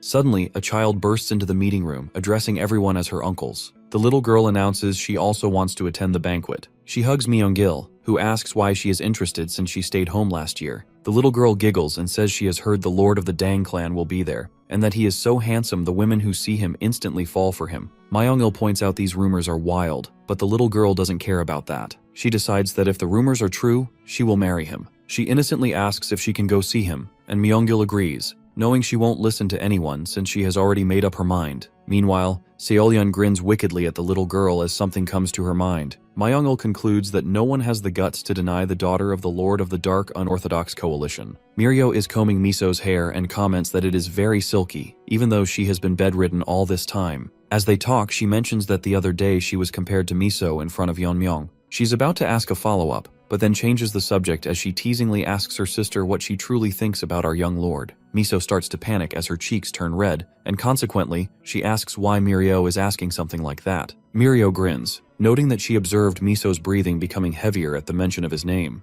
Annoyed, Miso asks if this is the reason why Mirio is learning martial arts, just to analyze how people breathe. Then, Mirio warns her to watch out, revealing that Yeonmyeong is planning to participate in the banquet of Sacheon, meaning they won't be able to see him for a while. Miso panics, stating that the banquet of Sacheon is a gathering of the unorthodox sects, which is far too dangerous. However, Mirio points out a different problem. What if he gets along with other girls at the banquet? She asks if Miso will allow that, at which Miso makes a sad face, thinking it would be terrible. Therefore, Mirio suggests they go to the banquet themselves. She grabs Miso's hand, ignoring her protest, and states everything will be fine because she has a plan. Later, Young requests that our hero allow her to be his attendant at the banquet. She mentions she has heard there will be a competition for control over Sacheon's future, therefore she is curious to see exactly how it will be held. Reluctantly, our boy mentions he has been told he can bring an attendant and a bodyguard with him, but he makes it clear that they are not going on vacation. Internally, Young is all fired up to accompany our hero and earn his affection. Suddenly, Mirio opens the door and addresses our boy. He looks at her, noting he already sensed someone coming. Mirio steps inside holding her sister's arm, stating she has something to propose. However, Mirio pauses upon seeing Young sitting there. Both of them instantly feel hostile towards each other, demanding to know who the other is. Meanwhile, our young lord is curious to know why Mirio has brought Miso along. In response, Mirio confidently mentions that she and Miso want to go to the banquet with him. Yeonmyeong feels a bit confused, so he asks if she wants him to take her as his bodyguard and Miso as his attendant. While patting Miso's shoulder, Mirio nods, explaining he must need a couple of servants, and for that, she and Miso are perfect. Meanwhile, Yongyong is confused, wondering what Mirio is planning, but she also notes that Mirio is acting as if she knows the young lord personally. Then she looks at Miso and concludes she is as pretty as the clan leader. Internally, she bites her nails in panic, believing her plans will be ruined if our hero takes that girl with him. Surprisingly, our boy states he can take Mirio as his bodyguard, but he cannot take Miso, because he has already promised the position of attendant to someone else. Mirio fumes, stating she will not come if he doesn't take Miso as well, while Yongyong starts blushing, wondering if he is talking about her. Our hero calmly tells Mirio that if she is not willing to go, then he will find another bodyguard. Miso's eyes fill with tears. At first, she says it is all right, but as her tears grow, she admits she isn't fine at all, yet still insists it is okay. Since our young lord has said he doesn't need her, she believes they shouldn't get upset. Right then, Mirio glares at Yeonmyeong coldly and demands that he see her outside. Outside, Mirio admits our hero is incredible. He has skills, judgment, and decisiveness, but she simply cannot understand why he is so dense when it comes to women. She grits her teeth, believing he is not grateful for the help she is offering him. She asks why he can't accept Miso, reminding him she has given him a perfect chance to build a relationship, yet he is throwing it away. But to her surprise, our protagonist explains it is too dangerous at the banquet, as they cannot predict what will happen when the younger generations of the unorthodox sects collide. He worries about what might happen to Miso, while he and Mirio are preoccupied, questioning who will take responsibility if she is hurt. He reminds Mirio that the banquet is in the territory of the Dark Unorthodox Coalition, and points out that Miso is still recovering, hence it would be too much for her to handle. Finally, Mirio reluctantly agrees, stating she will go with him. Yeonmyeong grows confused because she previously decided not to go without Miso, but then Mirio yells at him, revealing she simply cannot leave him alone with that seductive woman. Later in the evening, Changshin is dozing off while holding a document. Our hero appears out of nowhere, catching him napping on the job. Changshin freaks out, explaining he has finished casting the illusion barrier and was just making final adjustments. He says it will be done by tomorrow evening. Right then, our hero begins observing the barriers using his vision technique. Now he can see a powerful protective illusion barrier right above their clan buildings. Changshin explains that from the Hall of Dark Poison to the Executive Council, the barriers have been installed around the most important structures. Recalling how Yeonmyeong told him to finish within a week, Changshin nervously mentions he has met the deadline and hopes it is to his satisfaction. Our boy pats his shoulder, stating he trusts him to finish the rest as planned. Changshin makes a tearful face, as he was expecting a thank you. Still, he nods in acknowledgement. Afterward, our young lord smiles warmly, thinking that now he can go to the banquet without worry, as the clan will be protected. Now he notes he needs to take care of one more thing. Therefore he summons the fourth elder, Jiryong-dang, who appears right in front of him. He admits he was surprised to be summoned for a private conversation. Then, our hero mentions that Jiryong was made an elder due to his excellent swordsmanship, and since our boy has decided to master the sword, he wants to have a talk. Recalling the heir selection process, the fourth elder reveals he has never achieved the flow of the sword Yeonmyeong used that day, confessing he is still in awe of the difference in their abilities. Then, our boy bluntly points out that at Jiryong's current level, he wouldn't last a single move. This is the reason why he has summoned him, to give him tips. However, he will teach him in exchange for something. Our boy demands that Jiryong submit to him in the future. He guarantees the fourth elder will never get an opportunity like this again. Now he wants to know, will Jiryong switch his loyalty? Hyunso thanks the Dang clan for their kindness as he and Taehyo prepare to leave. On behalf of the Gongdong sect, Hyunso sincerely thanks them for joining their quest. Following this, Taehyo thanks the clan for helping heal his internal injuries and adds that he will be available whenever the Dang clan needs him. Jae warmly accepts their gratitude and offers some of her soldiers and elders to assist with the extermination of the demonic cult. Taehyo states they will never forget this generosity, and then shakes hands with Jihye, announcing they will send the payment the moment they return home. After that, Taehyo reaches out to Yeonmyeong to thank him for saving them before they could become as good as Carrion. As they shake hands, Taehyo remarks that it won't be long before our young lord surpasses him. Suddenly, he senses a massive amount of internal energy emanating from our boy, which makes him flinch. Hyunso freaks out, observing that his sect uncle does not look well, but Taehyo shrugs it off and lies, claiming he is just feeling sad about their departure. However, as they head back, Taehyo notes internally that it was not just his imagination. He wonders how the boy's power could be so impressive. Consequently, he realizes that Jihye is not the sole reason behind the Dang clan's restoration. It is all due to our young lord. Meanwhile, Jihye instructs her soldiers to repay a favor twice but seek revenge tenfold. She declares that according to Dang clan law, they hold loyalty in high regard. Now that they have joined hands with the Gongdong sect, their destinies have become one. All the soldiers, including several elders, acknowledge her orders in unison. With that, Jihye wishes them luck. Later, Ijun delivers the poison that burns intestines to our hero, who admits he is always grateful for his help. However, Ijun is curious as to why he always requests the same poison when they have so many to choose from. Yamyang smirks, mentioning he has simply become completely familiar with this one, and finds nothing else quite like it. He then waves to Ijun as he prepares to leave, while Ijun smiles warmly and reminds him to come back alive. As our hero departs, the white snake emerges and asks a strange question, if he is sure he is not of age. Yeonmyung asks why it is asking such a thing, to which the white snake replies that it doesn't understand how he is able to use such advanced martial arts at his years. It states it would only believe him if he were an old master who had spent decades refining his skills. Still, it believes he is not yet near the level of the shadowless visitor,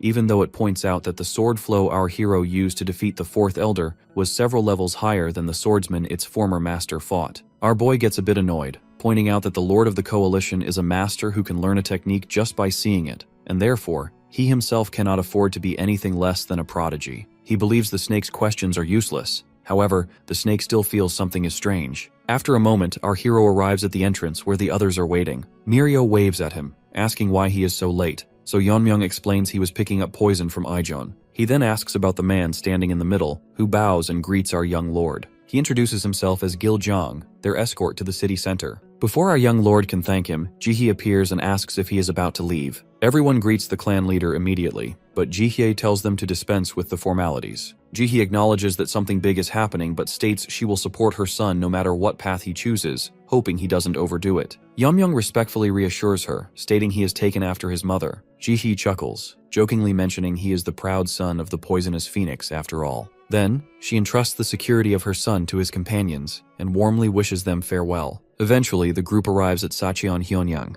Mirio comments that everything feels very lively, noting it wasn't like this the last time she visited. Yeonmyung asks if she has been here before, and she proudly reveals she visited a few times when her father was the head of the merchant guild. She mentions his guild was once one of the biggest in Sacheon, but it has since shrunk due to the unorthodox sects. Our hero mentions he remembers her father telling him this. Internally, our boy believes that if their clan continues to grow, they must establish a merchant guild of their own, as they cannot rely on embezzled funds or the remedy hall's profits forever. Therefore, he instructs Mirio to visit him with her father once this is over, as he plans to help him become the head of a merchant guild once again. Mirio can't believe it and yells at him, warning him not to take it back later. Meanwhile, a merchant sits hopelessly nearby because no customers have visited. He wishes for someone to stop by who has a keen interest in swords. Surprisingly, our hero's team arrives at his shop. Yeonmyung asks if the place is open, stating he wants to look at the blades. The merchant notices their peculiar outfits and warmly welcomes them inside, casually claiming his swords are among the finest in the city. Mirio curiously asks why our boy needs a sword, to which he reveals he simply thought having a weapon would be beneficial. While observing a sword closely, our hero can tell the shopkeeper wasn't lying, as the blade possesses great quality and a sharp aura. He tells the merchant the swords are excellent, and when the shopkeeper inquires if he is familiar with weaponry, our hero claims he is, though a little bit only. He then remarks that while the sword may look plain, the aura is sharp, proof of how carefully it was forged. The merchant is amazed that he can tell so much from a single glance. Consequently, our hero decides to buy the sword, but the merchant suddenly runs off, requesting that he wait for a moment. After a minute, the shopkeeper returns with a storage box, revealing he was saving a specific item for someone with a great eye for steel. As the box opens, the merchant reveals the finest blade ever forged, the Demon Reaper. Both Mirio and Yeonmyung can feel how amazing the sword is. Even Yeonmyung, who doesn't know a thing about swords, can tell its quality is exceptional. Then, the merchant reveals that his master passed away while forging this blade. Therefore, he took over and completed it himself. He is curious to know what Yeonmyung thinks, as he is certain that this is a sword for the ages. Internally, our boy agrees with the merchant, believing this sword is comparable to the one he used in his past life. He can feel the very essence of sharpness embedded within it. Surprisingly, he tells the shopkeeper that he doesn't need this sword,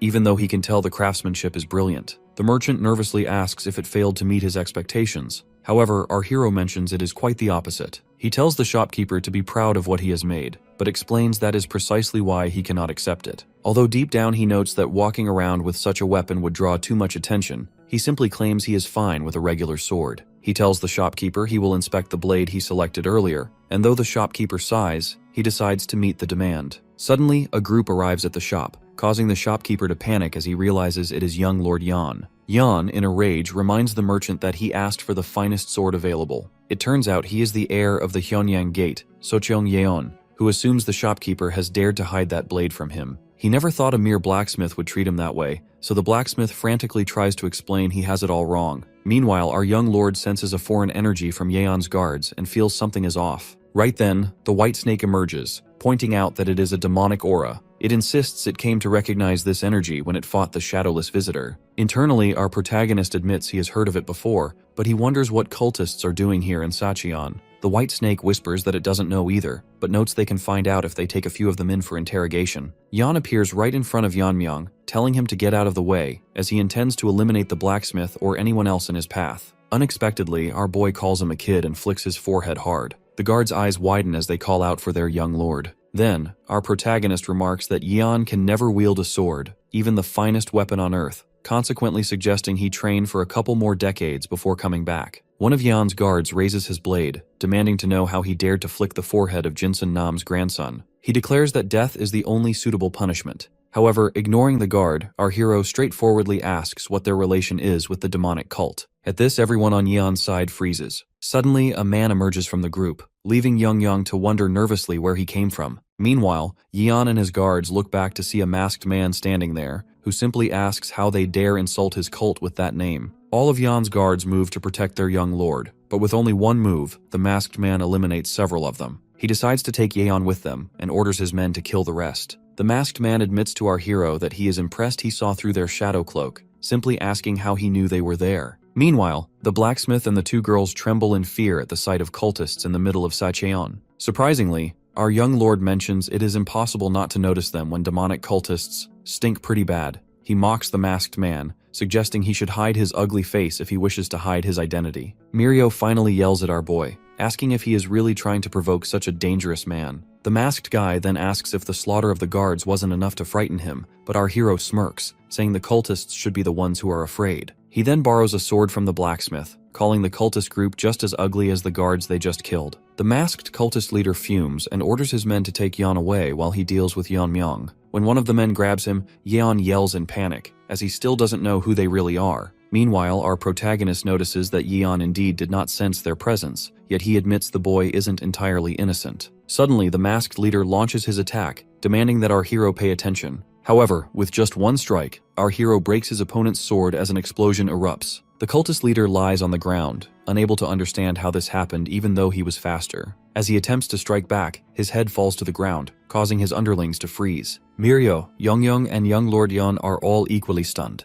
Yeonmyeong stands before the headless leader, now fully agreeing that the sword he is holding is a masterpiece. He notes that the balance is almost perfect, and the blade is so sharp it wasn't even stained by blood. He tells the blacksmith that this is certainly the work of a master. Yeonmyeong admits the blacksmith's master forged a masterpiece and that the apprentice is impressive for continuing that work. Hearing this, the blacksmith becomes tearful while remembering his master. He recalls his master saying that every item of value eventually finds a worthy owner. Now, in the present, the blacksmith admits he has found the true owner of the Demon Reaper. Meanwhile, our hero is busy dealing with the remaining cultists as they all charge at him simultaneously. However, our protagonist effortlessly strikes them all down with the Demon Reaper. Seeing this, Yeon is terrified, and the blacksmith is left in awe. The girls are just as stunned, with Mirio revealing she isn't even surprised anymore. She simply wonders when our young lord learned how to use a sword. In a building, a man walks through a corridor, thinking that everything is going exactly as planned. That green-haired man notes that even the unorthodox coalition cannot figure out that he is from the cult's bloodline. In reality, that man is Ujung Yeon, the second son and the son-in-law of the Hyonyang Gate's leader, Jinsun Nam. He recalls that his son, Socheong,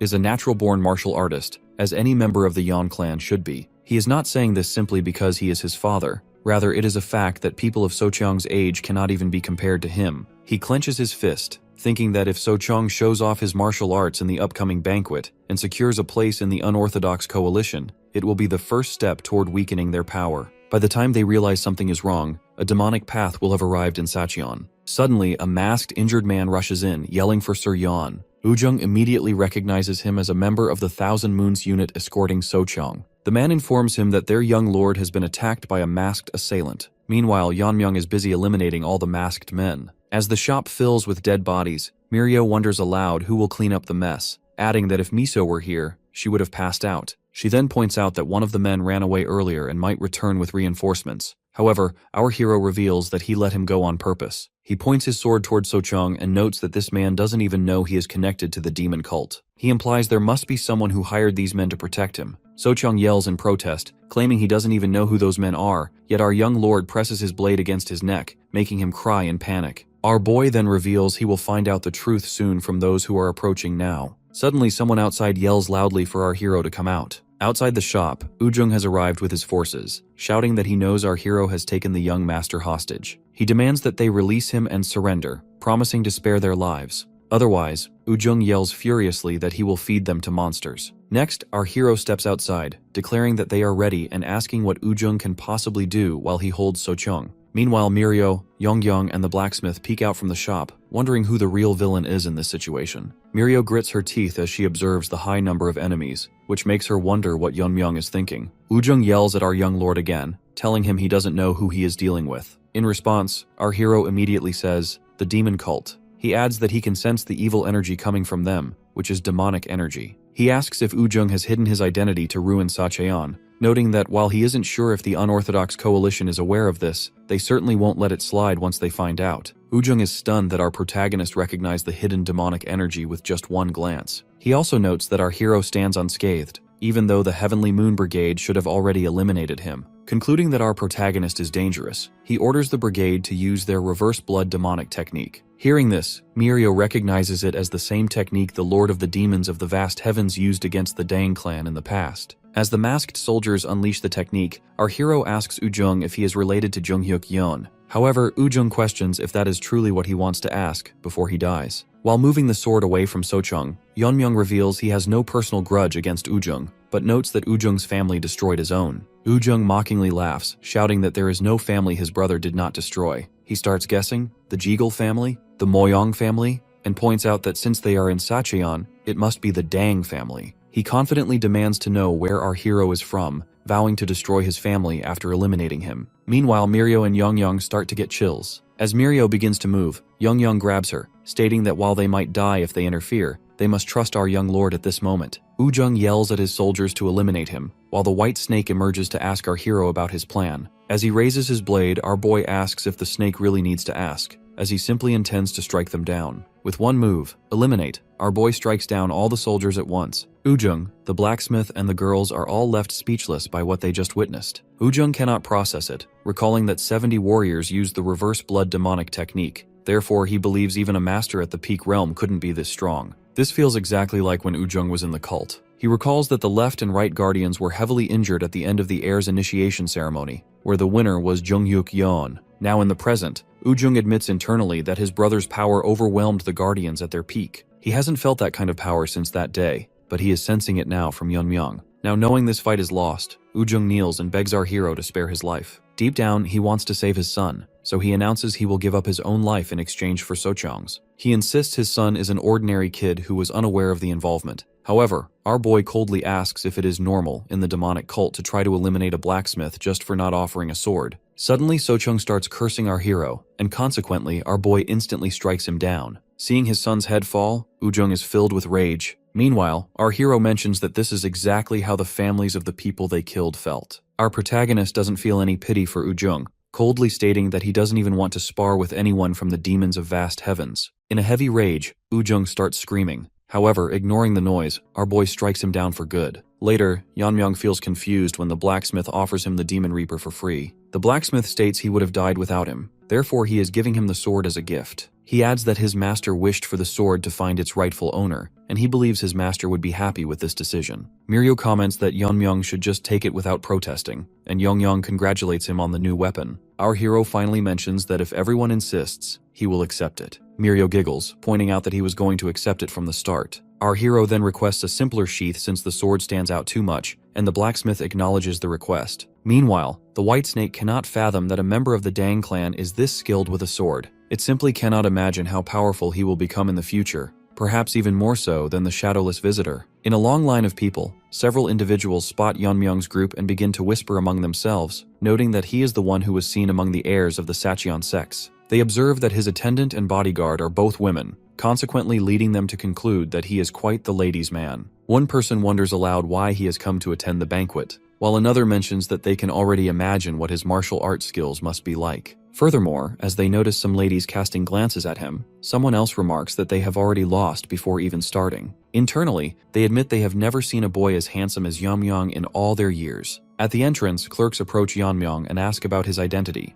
Our hero responds confidently, declaring that he is the heir of the Dang clan of Sacheon. Inside the Heartfire sect, Seolyeon receives word that the young lord of the Dang clan has finally arrived. Her informer, prostrating before her, reports that our protagonist registered early in the morning and went directly to his lodging. Seolhyun grits her teeth, thinking that Yeonmyeong should rest for now, since she has plans to eliminate him later to avenge her brother Mag. Her thoughts then drift back to her past, recalling the time she was holding a book in fear in the woods. Inhu Mag was the one who saved her from bandits. As a concubine of a high-ranking official, Seolhyun had not needed to worry about food, but she was nothing more than a plaything for that man, who died suddenly one day. Knowing he was a passionate collector of martial arts tomes, she managed to get her hands on one and ran away, hoping to start a new life. On that same day, she encountered Inhu. They grew close, and he taught her the basics of martial arts so she could protect herself. After learning these basics, she began studying the Red Lotus Burning Flame technique from the tome she had stolen. However, happiness was not in her fate, as her body began to deteriorate from a terminal disease. When she realized that she did not have much time left, she decided to leave Inhu, not wanting him to see her in that state. Time went by, and eventually, she heard that Inhu had become the master of the Tai Yul Black Sword sect, while she herself was confined to her bed, awaiting death. Sometimes, she even wished to die instead of enduring the endless pain, yet she could not bring herself to do it, as she was not ready to give up on Inhu. Fortunately, one day Inhu appeared, accompanied by Giljun. Inhu told Giljun that Seolyeon was a talented woman, but now she was dying. Giljun explained that she had practiced a Yang-style martial art with a woman's body, and since spirit and logic are opposing forces, the natural consequence was death. He instructed her to recite the passages of the martial arts she had practiced. Seolyeon began reciting, finishing in less than 10 minutes. Afterward, Giljun developed a technique that allowed her to use the Red Lotus Burning Flame technique with a woman's body, naming it the Neo Red Lotus Burning Flame technique. Later, in gratitude for saving her life, Seolyeon created the Heartfire sect and joined the coalition. She thought this might allow her to rekindle the old flame between herself and Inhu.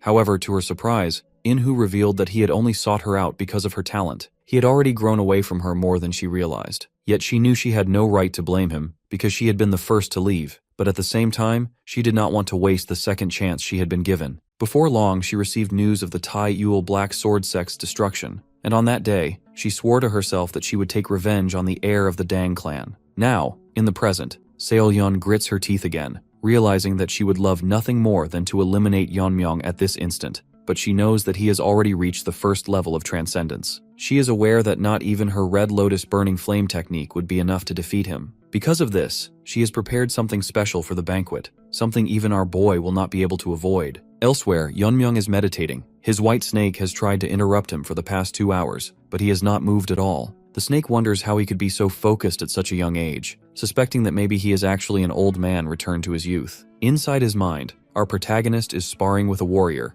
and after exchanging several attacks, he uses the technique called annihilation. However, his opponent is completely unscratched. At this, our young lord wonders if it is impossible to fully use annihilate with the Azure Pool of Poisonless technique. He remembers having managed to eliminate 70 at once that day, but even that was only half its power. If the technique were at its original strength, then the energy control technique he used in his previous life, known as the Formidable Force technique, would be required. He decides he must master that if he wants to unleash Annihilate at full power. Yet, one of the characteristics of the Formidable Force technique is its corrosive force, and most people die instantly when attempting it. Despite this, Yeonmyeong believes he can quickly reach the level of power he had in his past life. As he thinks about this, a part of our hero still longs to use a sword, but he refuses to follow that path. With his current energy control technique, he has been able to produce the essence of annihilation, even if it is weak. He knows it is weak because the technique does not suit the sword. With this realization, Yeonmyeong opens his eyes in reality, only to find his face covered with doodles. He tells Mirio to remove them from his face, and she hiccups, still holding a brush. She panics and asks if he really was not asleep, to which he shakes his head. Anyhow, he is hoping that they both are ready. Mirio nods confidently, stating that they are. However, before he can get up, Yeonmyeong asks her fellow how long she is going to treat their young lord as if he is her close friend. Mirio fumes. She does not understand why it bothers her. Yeonmyeong fires back, yelling that no one will take him seriously if his bodyguard treats him like that. Mirio argues, asking why Young cares if anyone takes him seriously or not. Surprisingly, our protagonist says Young is not wrong, which makes Mirio even more irritated as she points out that he is taking Young's side. Then, our young lord clarifies that this does not mean they need to be careful around the unorthodox sect weaklings, since he does not care what a pile of dead bodies thinks of him. Finally, jokingly, Young picks up the brush to pay her back tenfold, causing Mirio to freeze. The banquet of Sacheon finally begins, with musicians performing to set the atmosphere. After the performance, Seolyun steps forward to deliver her introductory speech. She confidently states that everyone present already knows the purpose of the banquet of Sacheon. Consequently, she cuts straight to the point, announcing that everyone is gathered here to steal each other's power and to risk having their own authority stolen. She adds that the participants will compete using martial arts, and, as per tradition, fights to the death are permitted. Every participant must write down their wish as their stake and sign the document. Therefore, in the end, the victor will take everything. The winner will hold authority for 5 years, and should any dissent arise, as the leader of the Heartfire sect, she will notarize their victory. She warns that anyone breaking the rules will be considered a traitor against the coalition itself and punished accordingly. After making the rules clear, Seolyun gestures toward the distinguished individuals attending this year's banquet. Among them is Master Mayong Il-sang, also known as the Sword of the Nine Illusions. The participants immediately recognize him as one of the 6 great unorthodox leaders, and one even says it was his dream as a swordsman to meet him at least once. Meanwhile, Mayong smirks to himself, admitting that Yeonmyeong is making him blush, since our young lord has already reached the first level of transcendence. He playfully mutters that he has come with Yunhui, the daughter of their lord, which has him anticipating some impressive martial arts displays today. Seolyun then announces that Myeong will oversee any fights to the death, stating that anyone wishing to engage in such a match must get his permission. As the banquet officially begins, a large number of warriors raise their hands to seek approval. Among them, one requests that Mayong allow him and Yeonmyeong to fight to the death. This warrior is none other than Cheonhui Mag, the eldest son of Inhu Mag, the former leader of the Tai Yul Black Sword sect. Upon realizing Cheonhui's identity, Myeong wonders if this is about revenge, recalling rumors that Inhu was eliminated by the Dang clan. Inhu was renowned as one of the strongest warriors among all the sects. However, Cheonhui steps forward and declares that, as the heir of the Tai Yul Black Sword sect, he wishes to avenge his father's death by challenging our protagonist. Meanwhile, Mirio, standing among the crowd, mutters that it was the Tai Yul Black Sword sect who attacked the Dang clan first, but Yeonmyeong quickly stops her from being too loud. Mayong grants Cheonhui permission for a deathmatch with our hero, and consequently, both warriors move into the arena. At the same time,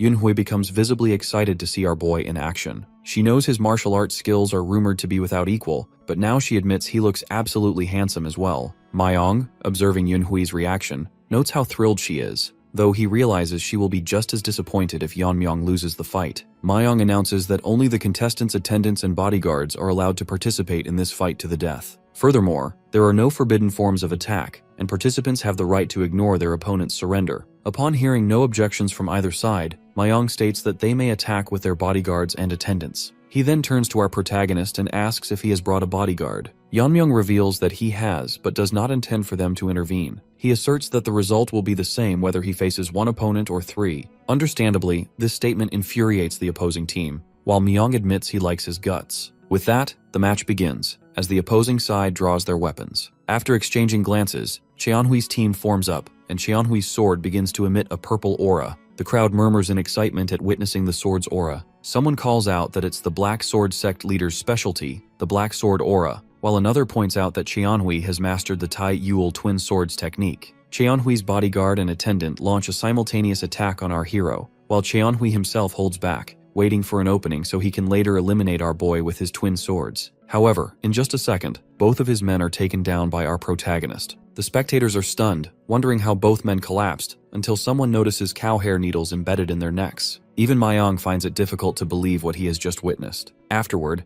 Yeonmyeong turns to his opponent, asking how long he intends to keep him waiting and urging him to make a move before he falls asleep. Cheonhui fumes, barely containing his rage as he cannot wait to take our hero's head. He finally attacks, but as he closes in, Cheonhui is startled to find that Yeonmyeong has already vanished from sight. Our hero reappears behind him, pointing out that among those who invaded the Dang clan, 2 people wielded the same sword aura. One was Cheonhui's father, and the other was a spy. However, our protagonist finds Cheonhui far inferior to both of them. Cheonhui is furious but feels a sense of hopelessness, unable to believe this is how it is going to end for him. Meanwhile, the crowd notes that not even 10 minutes have passed since their fight began, and they cannot decide whether Yeonmyeong is simply too strong or Cheonhui is too weak. Cheonhui then becomes aware that he has been struck by a needle. He feels ashamed, not for failing to get his revenge, but for not living up to his father's reputation. Still, he summons his strength, and the aura from his sword intensifies until it turns completely black. With his transformed sword, Cheonhui attempts to attack our protagonist, determined to prove he is greater than his father. To everyone's shock, our hero effortlessly grabs the sword, imbued with aura, with his bare hand, and then breaks it to pieces. The entire crowd is left in disbelief. Mirio,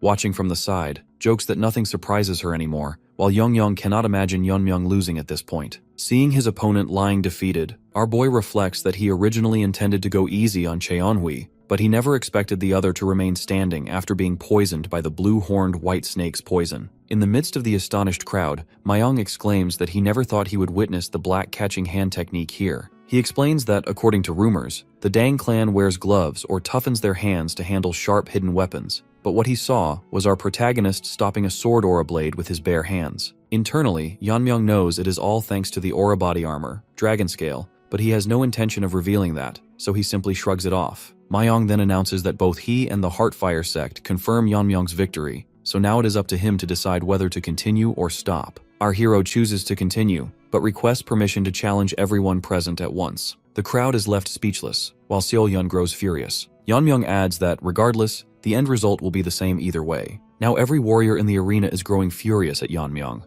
They feel as if their egos have been deeply wounded, convinced that someone as arrogant as him has insulted them all by daring to challenge everyone after just a single victory. They start calling him the arrogant and petty heir of a fallen clan, consequently declaring that they will show him who the real warriors of Sacheon are. Unexpectedly, Seolyun steps forward and silences the crowd. She explains that the banquet of Sacheon is not a mindless brawl between thugs, and reminds everyone that this gathering is for the next generation of martial artists to display their strength and skills, representing their respective sects. She coldly announces that, as the host, she will not tolerate anyone disregarding the rules to act as they wish. Surprisingly, Myong starts speaking, asking Seolyun if there is any real need to be so strict. He reveals that he genuinely wants to see what the Dang clan heir is capable of. Although Seolyun protests, Myong soon cuts her off, consequently reminding her that he will personally step in if things get out of hand. Reluctantly, she agrees to his decision. Afterwards, Myong reflects on the Dang clan's hidden weapons technique, which is especially suited for mass combat, but he points out that if hundreds of warriors enter the arena at once, they will only end up interfering with one another. He tells our hero that they will limit the number of opponents he can face simultaneously, though he is allowed to choose them himself. Myong also gives him permission to speak up if he wants any changes. However, with a confident smile, Yeonmyeong calmly states that he is fine with the arrangement. Later, Myong is left absolutely stunned, beginning to question whether he made the right choice. At first, he thought that after a few rounds, the participants would come up with strategies to counter Yeonmyeong's cow hair needles. He believed that once the challengers witnessed his hidden weapons technique, they would stand a chance. Nevertheless, in less than an hour, our protagonist has eliminated more than half of the participants. He has not used any other technique besides the cow hair needles and blade catching technique. Still, one of the challengers managed to put up a fight. Myong cannot figure out how our boy has become so powerful, as he never sensed that much internal energy from him. Therefore, Myong concludes that at this rate, the banquet cannot continue much longer. Meanwhile, the contestants begin to run away in hopelessness, loudly declaring that they surrender and are finished with this banquet. Unexpectedly, a bandaged warrior steps forward, stomping on the ground and drawing everyone's attention. This bandaged figure announces that the Chobung sect will challenge our hero next, adding that they do not need any other sects to support them, as he and his guards are more than enough. He declares that our young lord's solo performance ends here, revealing himself to be Cheonggang Yob, heir of the Chobung sect. From above, Myong notes that while all the other challengers are fleeing, Cheonggang alone has stepped up to challenge Yeonmyeong. He supposes that if anyone is capable of defeating our hero, it must be the Chobung sect. When Myong asks Yeonmyeong if he has any objection, he simply shakes his head. Deep down in his thoughts, our boy finds Cheonggang interesting. With that, Myong announces the start of the match. Our hero throws his needles, but Cheonggang counters every single one, making them clatter harmlessly to the ground. Mirio and Yeonmyeong are both stunned to see that Cheonggang has deflected all of our protagonist's attacks. They notice that Cheonggang's skin is dry and cracked like tree bark. Myong observes that he is using the ancient tree body technique, which dries and twists the body and greatly strengthens the muscles and bones. Now the only question left is how Yeonmyeong will respond.